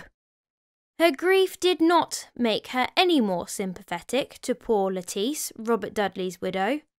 Dudley had died owing the Queen a loss of money, and Elizabeth wanted it back. She made Lettice auction her furniture to pay the debt, as well as taking back a house that she had given Robert. All this, despite the fact that Dudley had left Elizabeth a spectacular necklace of 600 pearls to add to her vast collection of jewels. Elizabeth wore Dudley's necklace for the portrait that was painted to celebrate the English victory over the Armada. Elizabeth was more popular than ever after the Armada, and she had finally earned the respect of her own councillors.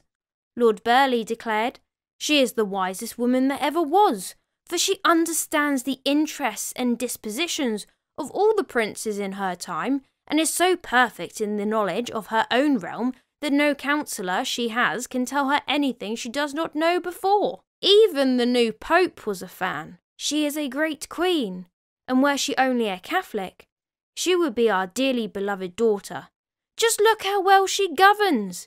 She is only a woman, only mistress of half an island." Rude. "And yet she makes herself feared by Spain, by France, by the Empire, by all. I wish I was free to marry her. What children we would have! They would have ruled the world." "All right, Pope, calm down." In the November, Elizabeth was still milking the success of the Armada, which had happened in the July, and held a victory parade through London. England and Elizabeth had an inflated ego, so we launched the Counter-Armada, also known as the English Armada, real original, in May 1589. Now, I'm going to give my English viewers a heads up, as you know we don't like discussing battles that we lost.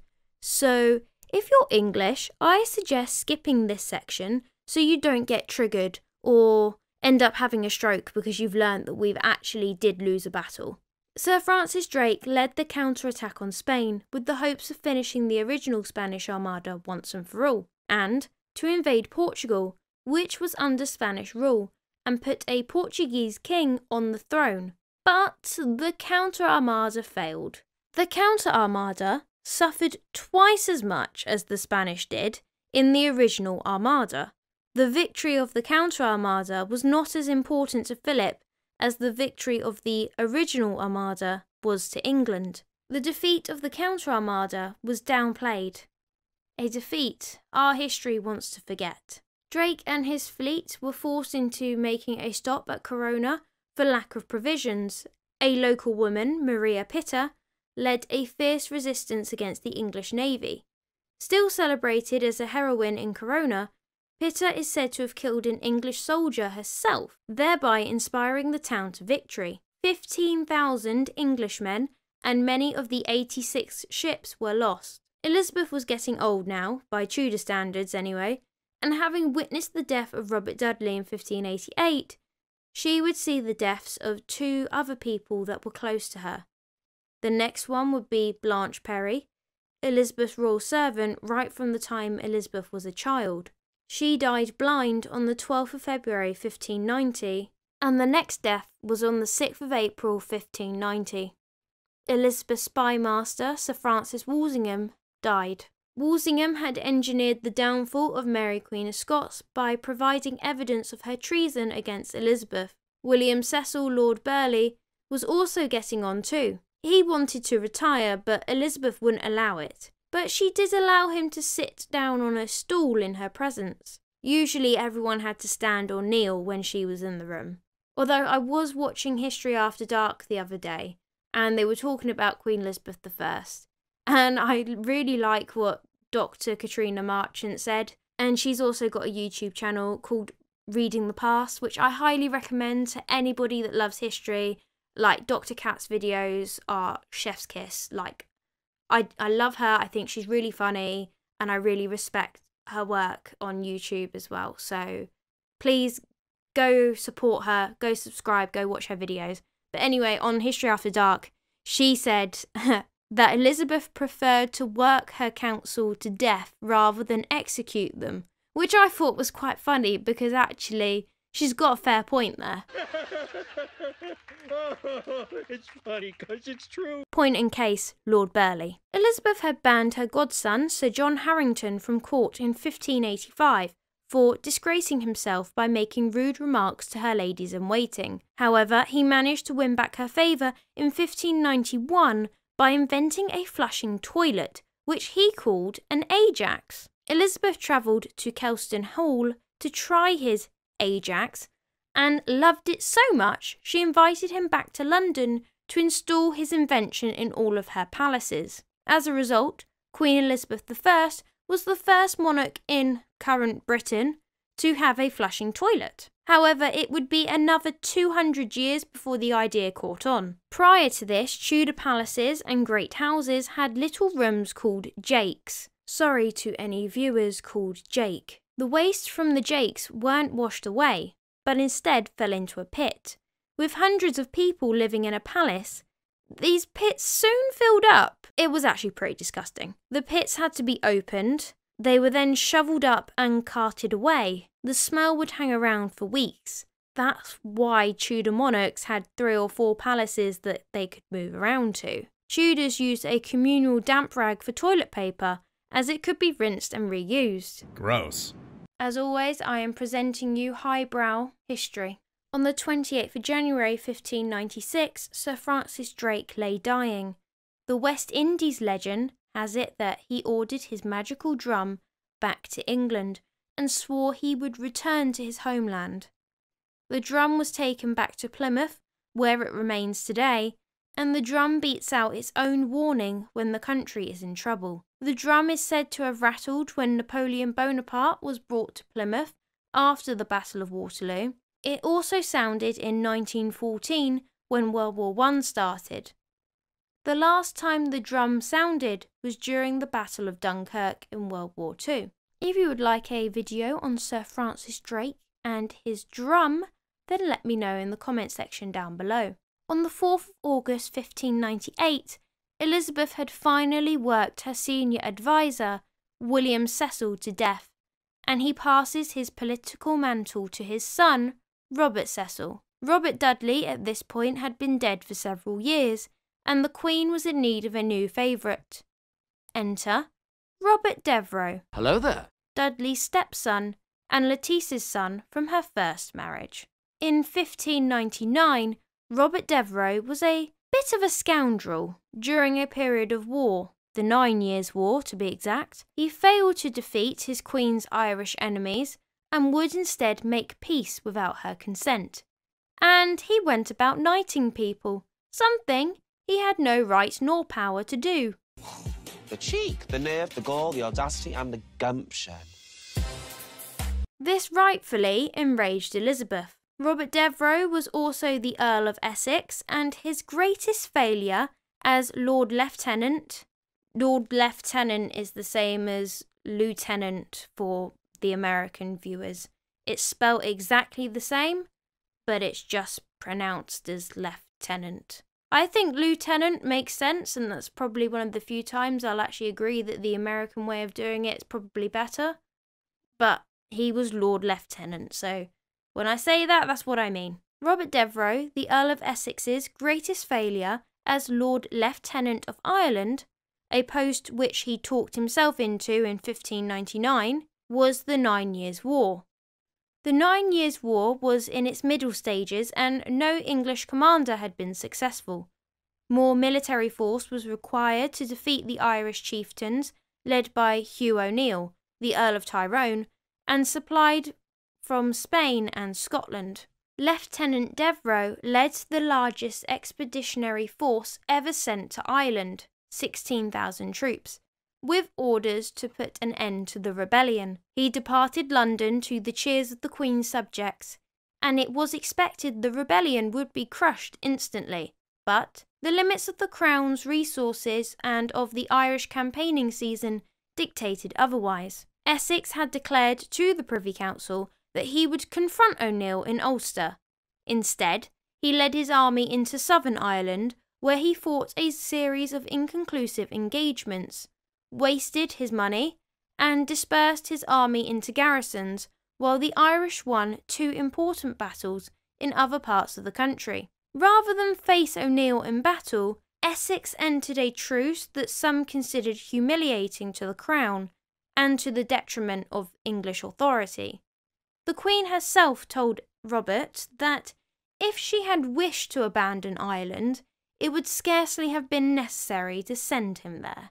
Ooh, burn! In all of his campaigns, Robert Devereux secured the loyalty of his officers by conferring knighthoods, an honour the Queen herself dispensed sparingly, and by the end of his time in Ireland, more than half the knights in England owed their rank to him. The rebels were said to have joked that he never drew sword but to make knights.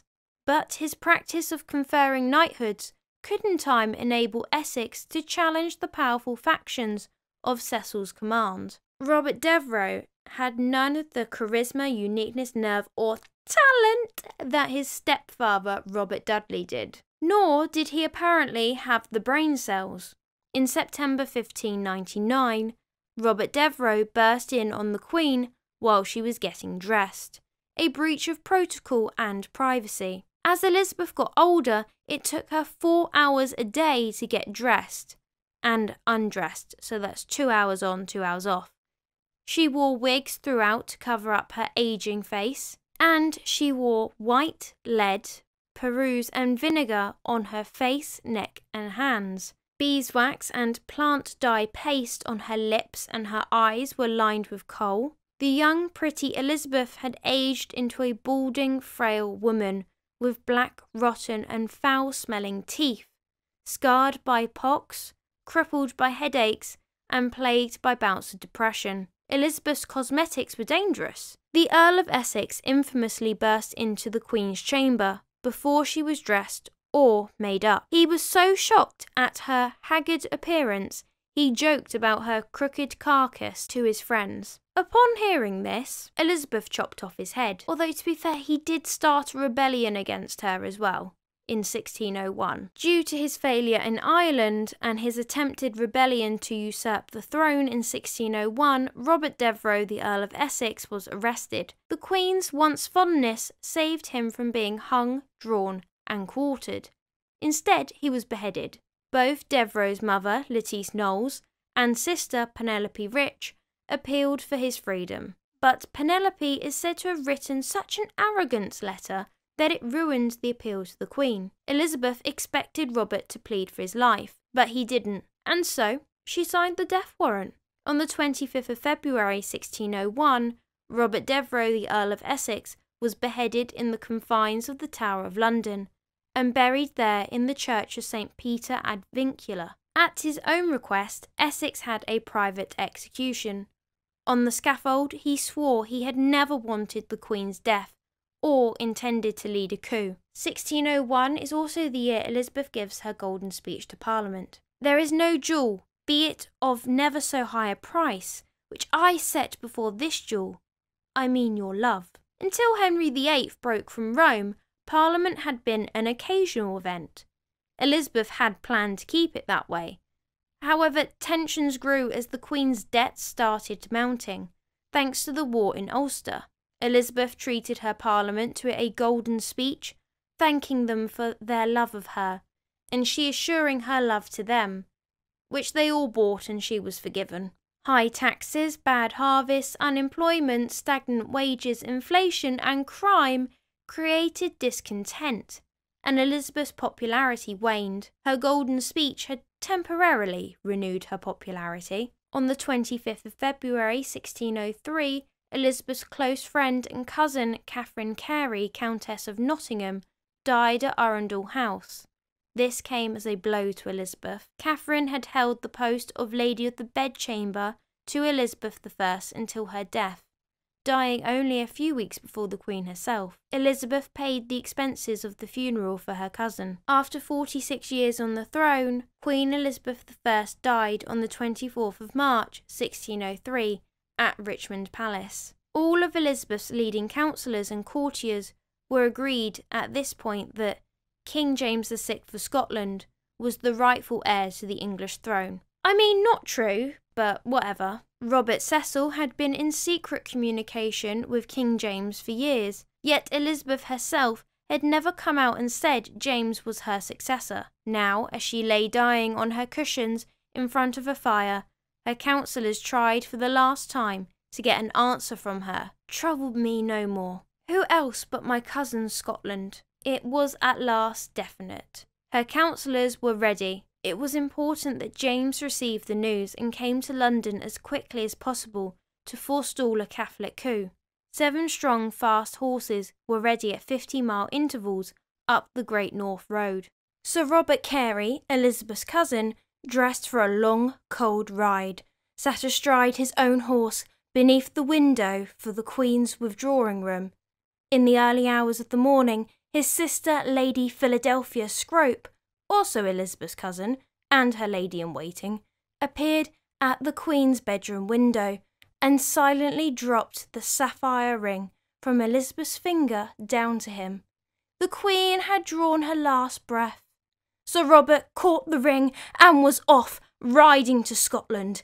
He covered the 400 miles to Edinburgh in 3 days. James, King of Scots, was now James, the First of England. Many people speculate this part of the story to be a myth. I have a feeling it might be, but I can say I enjoy it. I enjoy the theatrical side of this. Queen Elizabeth's funeral was on the 28th of April 1603, and she was buried at Westminster Abbey with her sister Queen Mary I, and they share a tomb, probably against both of their wishes. Chronicler John Stowe reported at her funeral, "There was such a great general sighing, groaning and weeping, as the like hath not seen or known in the memory of man." The lead coffin containing the Queen's body was drawn by 4 horses decked in black. Covered in purple velvet, there was a life-size effigy on it of the Queen, in her robes of state and royal crown. 6 earls carried a canopy to protect the coffin. Then came the Queen's master of horse, leading her favourite palfrey. Many people wept when they saw the familiar horse without its rider. Next, dressed in black, came the chief mourners, led by the Marchioness of Northampton, Helena Snakenborg/Parr, Helena Parr. All the ladies of the court and many peeresses of the realms walked behind the coffin, through the streets to Westminster Abbey. Behind them walked 260 poor women, 4 abreast. It was rumoured that Arbella Stuart, or Arabella Stuart, depending on which version you prefer, was supposed to be the chief mourner.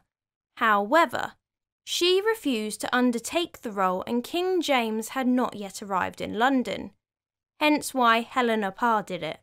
And I'd like to end this episode on John Stow's full eyewitness account. Westminster was surcharged with multitudes of all sorts of people in the streets. Houses, windows, leads and gutters that came to see the funeral, and when they beheld her statue lying upon the coffin, there was such a general sighing, groaning and weeping, as the like hath not been seen or known in the memory of man. Neither doth any history mention any people, time or state, to make like lamentation for the death of their sovereign. I hope you enjoyed this video. If you did, please leave a like and subscribe. If you'd like to watch another of my videos, then may I suggest my video on Elizabeth's parents, King Henry VIII and Anne Boleyn? Or what about her predecessor to the throne, Queen Mary I? At this point, I have no idea what we will be exploring next time, as I haven't decided. But until then, have a wonderful day. Edward was an extremely precocious child, like his sister Elizabeth. He was solemn and serious. He was only known to laugh out loud, I think, once in his life. I don't know how true that is. This was not helped by his father, who was overly protective, and he isolated him from court life, which hindered him from acquiring the social and empathy skills that a human being needs. King Henry VIII was an affectionate but distant father. Edward's own mother died when he was a few days old, and the only stepmother to provide him with a stable mother's love was Catherine Parr. Catherine was able to win Edward's affections, but she was too late to fix the emotional damage that he had suffered, and as such, Edward comes across cold and sometimes even heartless. King Edward VI, or as he is at the moment, Prince Edward, was born on the 12th of October 1537 at Hampton Court Palace to King Henry VIII and his Queen Jane Seymour. However, he wasn't the only Edward born that day, as his cousin Edward Seymour was also born in another suite at the palace. Henry was elated when Edward was born, as he finally had a legitimate male heir, something that he had been hoping for since 1509. That's just shy of 3 decades. Breathtaking. I shall call him Mini-Me.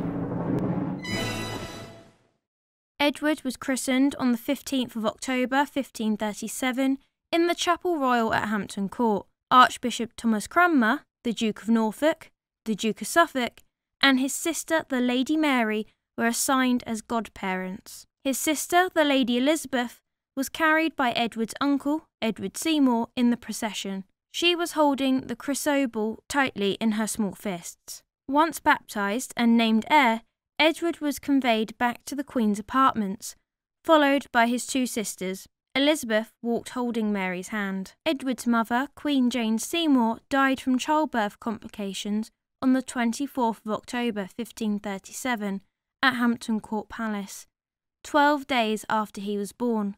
So Edward never knew his mother, and she was buried in St George's Chapel at Windsor Castle on the 12th of November.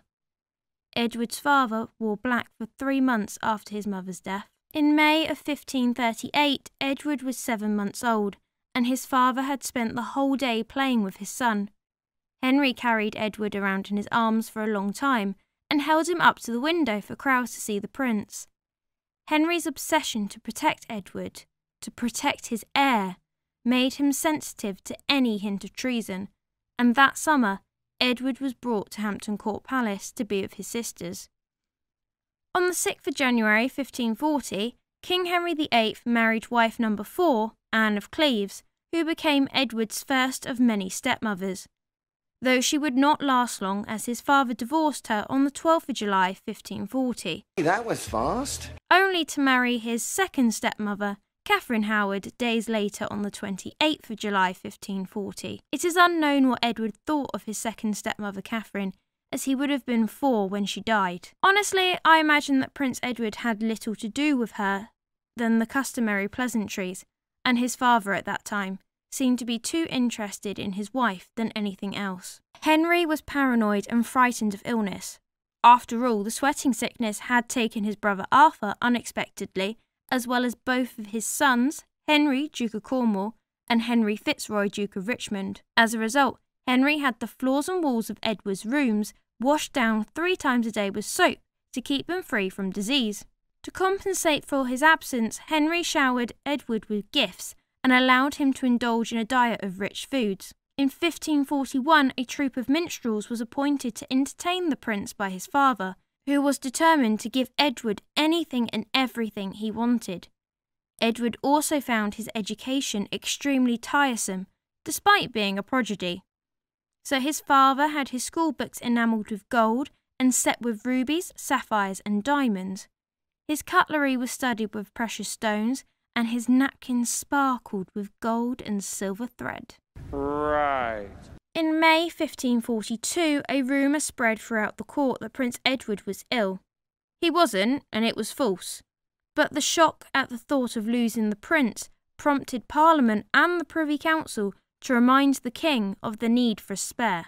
The November of the same year saw the Battle of Solway Moss. Edward's father, King Henry, was hoping for an alliance between Scotland and England. But Scotland wasn't interested, so Henry thought he could beat them into submission. England won the battle, and within days, King James V of Scotland returned to Falkland's Palace and died on the 14th of December. With the death of the King of Scots, it meant that his daughter, the 6-year-old Mary Stuart, was now Queen of Scotland, and King Henry VIII saw this as an opportunity to arrange an alliance between Scotland and England by marrying Edward and Mary. Henry wasted no time and sent envoys to the Queen Regent, Mary of Guise, to lay his proposal for the marriage. On the 1st of January 1543, Edward, now 5, performed his first public duty. He entertained the Scottish nobles that were captured at Solway Moss. The Scottish nobles praised him for his conduct, and it was noted how he looked like his mother, the late Queen Jane Seymour. He was fair like Jane, and displayed a cheerful manner like his mother, but facially he looked like his father. Many would later view Edward as a tyrant like his father too, or at least he had the potential to do so had he not died so early. He's too dangerous to be left alive. 1st of July 1543, the Treaty of Greenwich was signed, which promised at the age of 10, Mary I of Scotland would marry Edward and move to England, where Henry could oversee her upbringing. Quite hilarious in hindsight, because obviously Henry wouldn't make it for another 10 years. Oh, it's funny because it's true. The treaty stipulated that the two countries would remain legally separate, and if the couple should fail to have children, the temporary union would dissolve. Similar to the marriage treaty that Edward's sister Mary would have when she married her husband, King Philip II of Spain. 12th of July 1543, Henry married yet again, this time to Catherine Parr, who became Edward's third and final stepmother. She was warm and tried to create a family unit. Catherine took an interest in education and had originally overseen Edward's sister, the Lady Elizabeth's education. King Henry was so impressed with Catherine's choice that he then asked for her advice when it came to Edward's education, which started later that year. Like Elizabeth, Edward was to have a rigorous Protestant education, and the two would go on to share classes together. Edward would visit court less frequently than his sisters, for his father the king feared that he might catch a disease. This did not stop Catherine from taking an interest in her stepson, and eventually he would come to love his stepmother as much as a cold-hearted person like Edward could love anyone. Though, like I said previously, it's not his fault that he turned out this way. The Treaty of Greenwich was rejected in the December of 1543 by the Scottish Parliament. It had been suggested that Prince Edward was not good enough for the Scottish Queen. The cheek, the nerve, the gall, the audacity and the gumption. And they probably didn't like the stipulation of her leaving Scotland, although they had no problem sending her to France. So I rest my case. As you can imagine, Henry reacted to this rejection quite calmly. Or any normal person would, but Henry, no, Henry was like, "You're going to reject me and my son? I'm going to ransack your towns." So he set ablaze Scottish towns that sat on the border. You what? This 8-year war between England and Scotland became known as the Rough Wooing. This was England's attempt to secure a marriage alliance with Scotland, and I'm sure that setting Scotland's towns and villages alight is the best way to convince anyone to marry you. On the 2nd of August 1545, Charles Brandon, Duke of Suffolk, died. Charles Brandon was a very close friend of Edward's father, Henry. Charles had left behind a widow and 2 young sons. The elder son, Henry, was aged 10. He succeeded to the title of Duke of Suffolk and was sent to join the household of Prince Edward. As I mentioned earlier, Edward and Elizabeth's education was strict and rigorous. Edward kept a diary, and he wrote in his diary that it was to satisfy the good expectation of the King's Majesty, my father. From this I get the feeling that Edward was so devoted to his education, to impress his father, to get acknowledgement and recognition, something that we also see with Elizabeth, both of whom devoted almost every waking hour to books and religious studies. In August 1546, King Henry VIII knew he was dying, and so he sent his son some presents: chains, rings, and jewelled buttons. In return, he received this from his son, and I will let you interpret it how you will. You grant me all these, not that I should be proud and think too much of myself, but that you might urge me to the pursuit of all true virtues and piety, and adorn and furnish me with all the accomplishments which are fitting a prince. King Henry VIII dictated his will on the 30th of December 1546. He left his crown and kingdom to Edward and lined out his wish for the line of succession. His will states that after his children, he wants it to go through his sister Mary Tudor's children rather than Margaret's, as they sit on the Scottish throne. Henry made it clear that he does not want a Scot on the throne unless it is as Edward's consort. Edward received portraits of his father and stepmother as New Year's gifts on the 10th of January 1547. He wrote back to Catherine Parr, thanking her for her gifts. His response hints at how he is warming to Catherine as a motherly figure, as he calls her the most illustrious queen and dearest mother. What is rather sad is that Edward had no idea how ill his father was at this time. However, both Henry and Catherine had decided to spare him the burden of knowing that his father was dying and that his kingship was imminent. This could be their way of trying to preserve his childhood for as long as they can, as that will be ripped away from him the moment that Henry dies. Although I use the word childhood in its loosest term, Edward's so-called childhood didn't exactly seem much fun. King Henry VIII died on the 28th of January 1547 at Whitehall Palace at the age of 55. Edward was not told of his father's death immediately. Edward was at Hertford Castle when his uncle, Lord Protector, arrived on the 30th of January. He took the young king to Enfield to see his sister Elizabeth, where the 2 children were informed of their father's passing. Edward was 9 and Elizabeth was 13. They cried, and neither of them were consolable. Edward was brought to London on the 31st of January, where he was proclaimed king. Edward was 9 when he became king. On the 14th of January 1547, the body of the late king began its last journey. A coffin that was covered in a cloth of gold. Resting on the coffin was a wax effigy of the king, dressed in velvet adorned with precious stones. Banners were carried aloft in the procession, but only 2 of Henry's 6 wives were represented: Jane Seymour, Edward's mother, and Catherine Parr. Henry had not considered his other marriages worthy of commemoration. Henry's funeral was on the 6th of February 1547.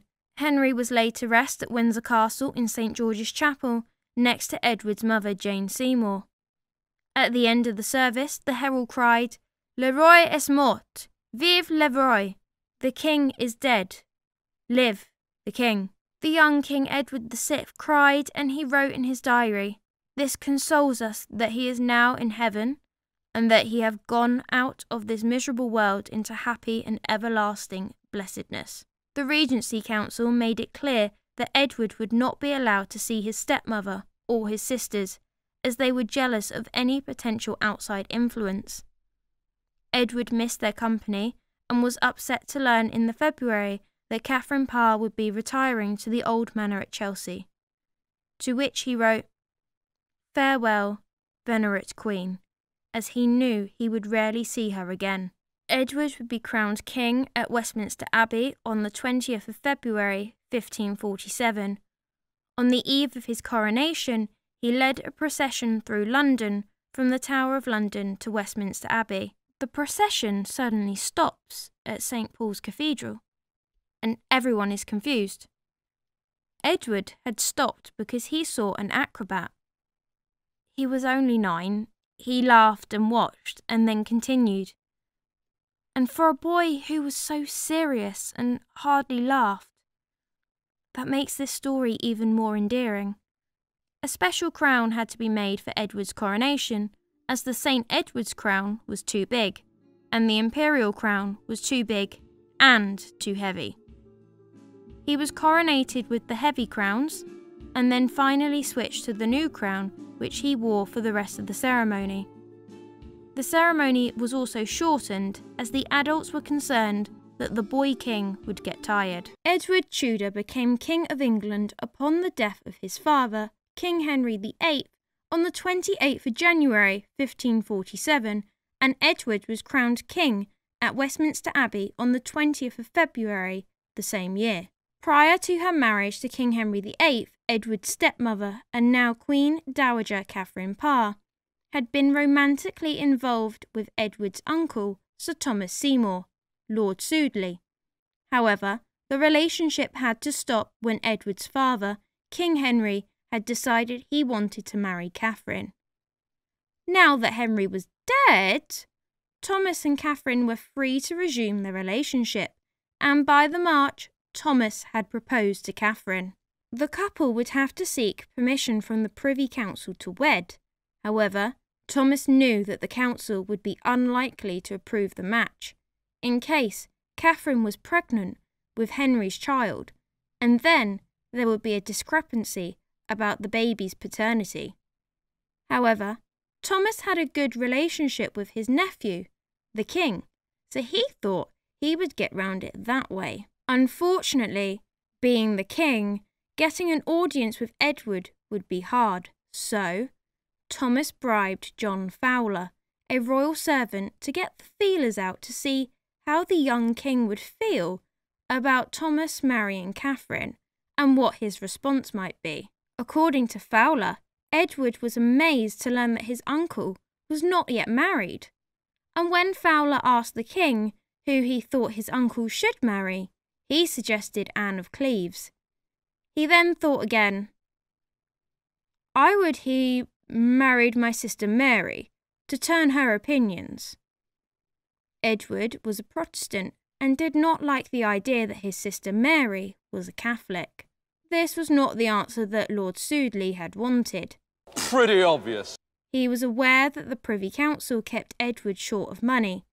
After all, he was a child, and his father had nearly bankrupted the country on several occasions. The next night, Sudeley sent Fowler back to see the king, but this time with gold coins. He got Fowler to ask the king if he should be contented I should marry the queen. Edward was fond of both his uncle and his stepmother, and agreed. Being only 9, he did not understand the political motive behind his uncle's proposal. Meanwhile, the Privy Council were trying to arrange a marriage between Edward and Elizabeth of France, the daughter of the new French king, Henri II. The only issue was that Elizabeth was a Roman Catholic. Uncle Thomas thought that he had a better idea of trying to arrange a marriage between his nephew the king and Lady Jane Grey. Jane also had a claim to the English throne. She was the same age as Edward, was named after his mother Queen Jane, and she was a Protestant. Jane's father, however, was not so keen on the idea and kept Jane at home, away from Lord Sudeley. On the 30th of May 1547, King Edward wrote a letter of congratulations to his stepmother, Dowager Queen Catherine, on her marriage to his uncle Thomas Seymour. This made Catherine England's most married queen, as this was her 4th marriage. Edward was supportive of the match, and in his letter spoke affectionately of the great love Catherine had shown to his father, her goodwill towards himself, and lastly, her godliness and knowledge in learning and the scriptures. He then added, if there was anything wherein I may do you a kindness, either in word or deed, I will do it willingly. Catherine responded by begging the king to plead her case with the council, which he did at the beginning of June, saying that he had known that his uncle had intended to marry Catherine, and that he had sent a letter signifying his approval. To that the king's uncle, Edward Seymour, Lord Protector and Duke of Somerset, could say nothing, and he and the Privy Council were powerless to stop Thomas.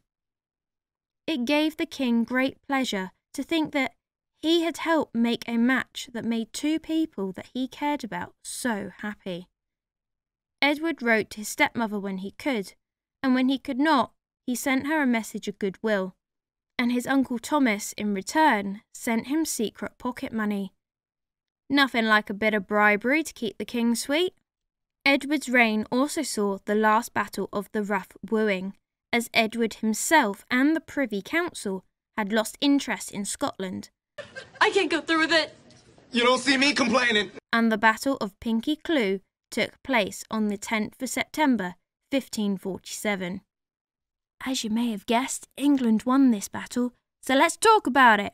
It was a catastrophic defeat for the Scots. Sorry, Scotland. The English army was led by Lord Protector Somerset against the Scottish for their failure to fulfil their promise to betroth Mary, Queen of Scots, to the now King Edward VI. However, Edward Seymour wasn't that great, as the numpty failed to agree proper peace terms before returning home. You blew it! A year later, on the 5th of September 1548, the woman who the king viewed to be his mother, Catherine Parr, died from childbirth complications at Sudeley Castle.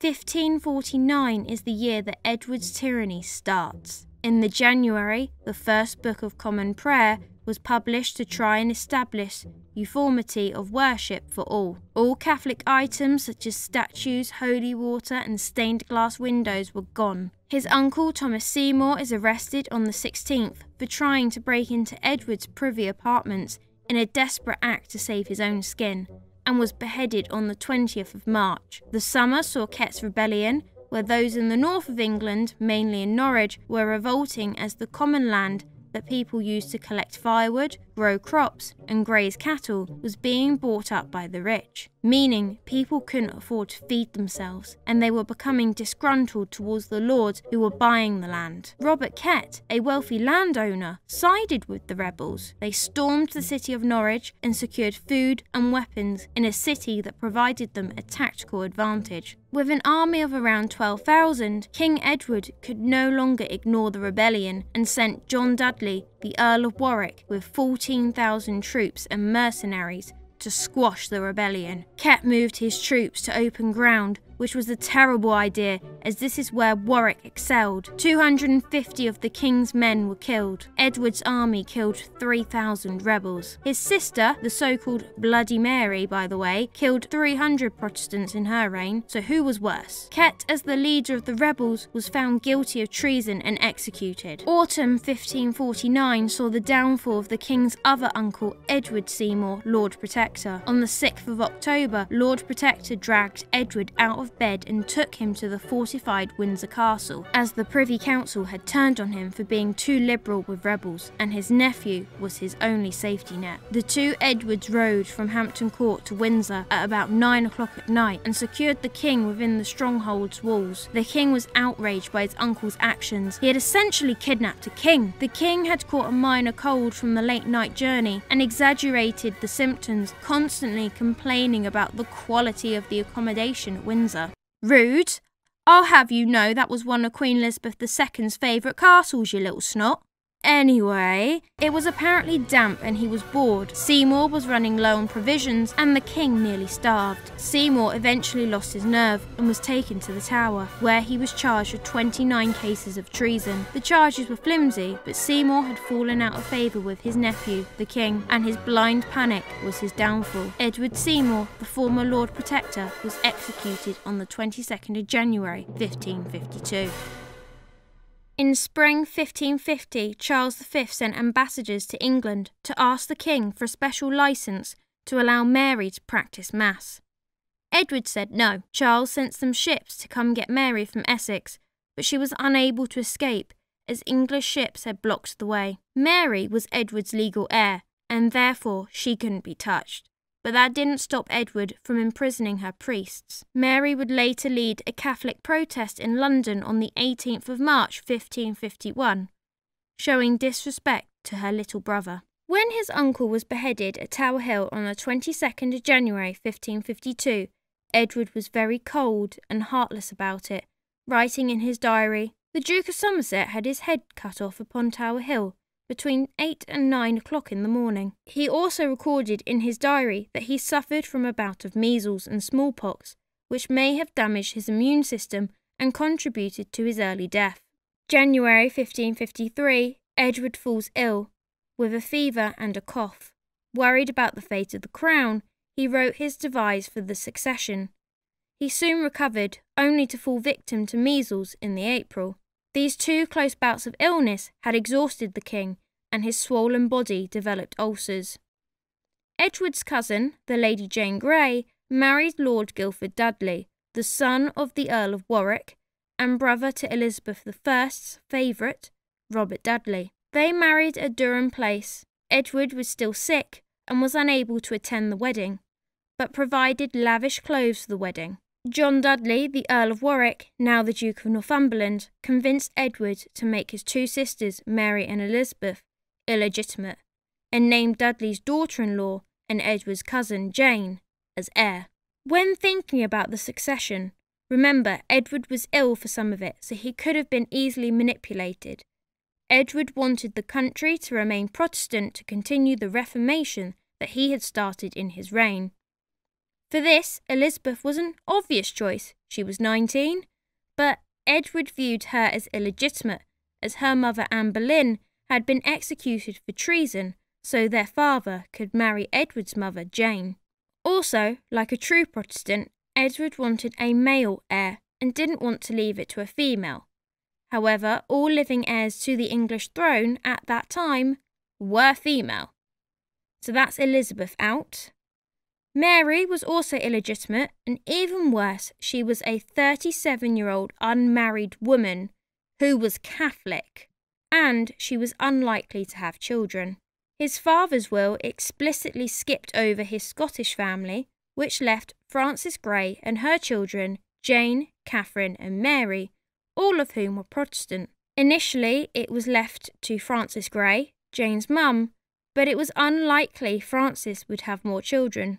So it went down to Jane, and any male heirs that she may produce, hopefully with John Dudley's son Guildford, which meant that the throne wasn't being given to Jane, only her male children.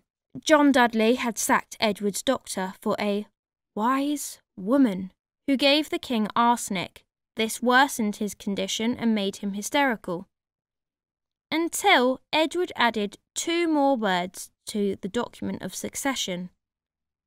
And her. So it now read as the Lady Jane and her heirs male, putting Jane in the line of succession with or without heirs. It's clear that the handwriting in the document is Edward's, but what is not clear is whose idea it was. Was it Edward's idea? Or was he influenced by John Dudley? Let me know your thoughts in the comment section. Dudley then sacked the wise woman and called back the royal doctor, but it was too late. King Edward VI died on the 6th of July 1553 and was buried in the Henry VII Lady Chapel at Westminster Abbey on the 8th of August 1553. I hope you enjoyed this look into the reign of King Edward VI. If you did, please like the video, subscribe if you haven't already, and I look forward to seeing you in the next video. But until then, have a wonderful day.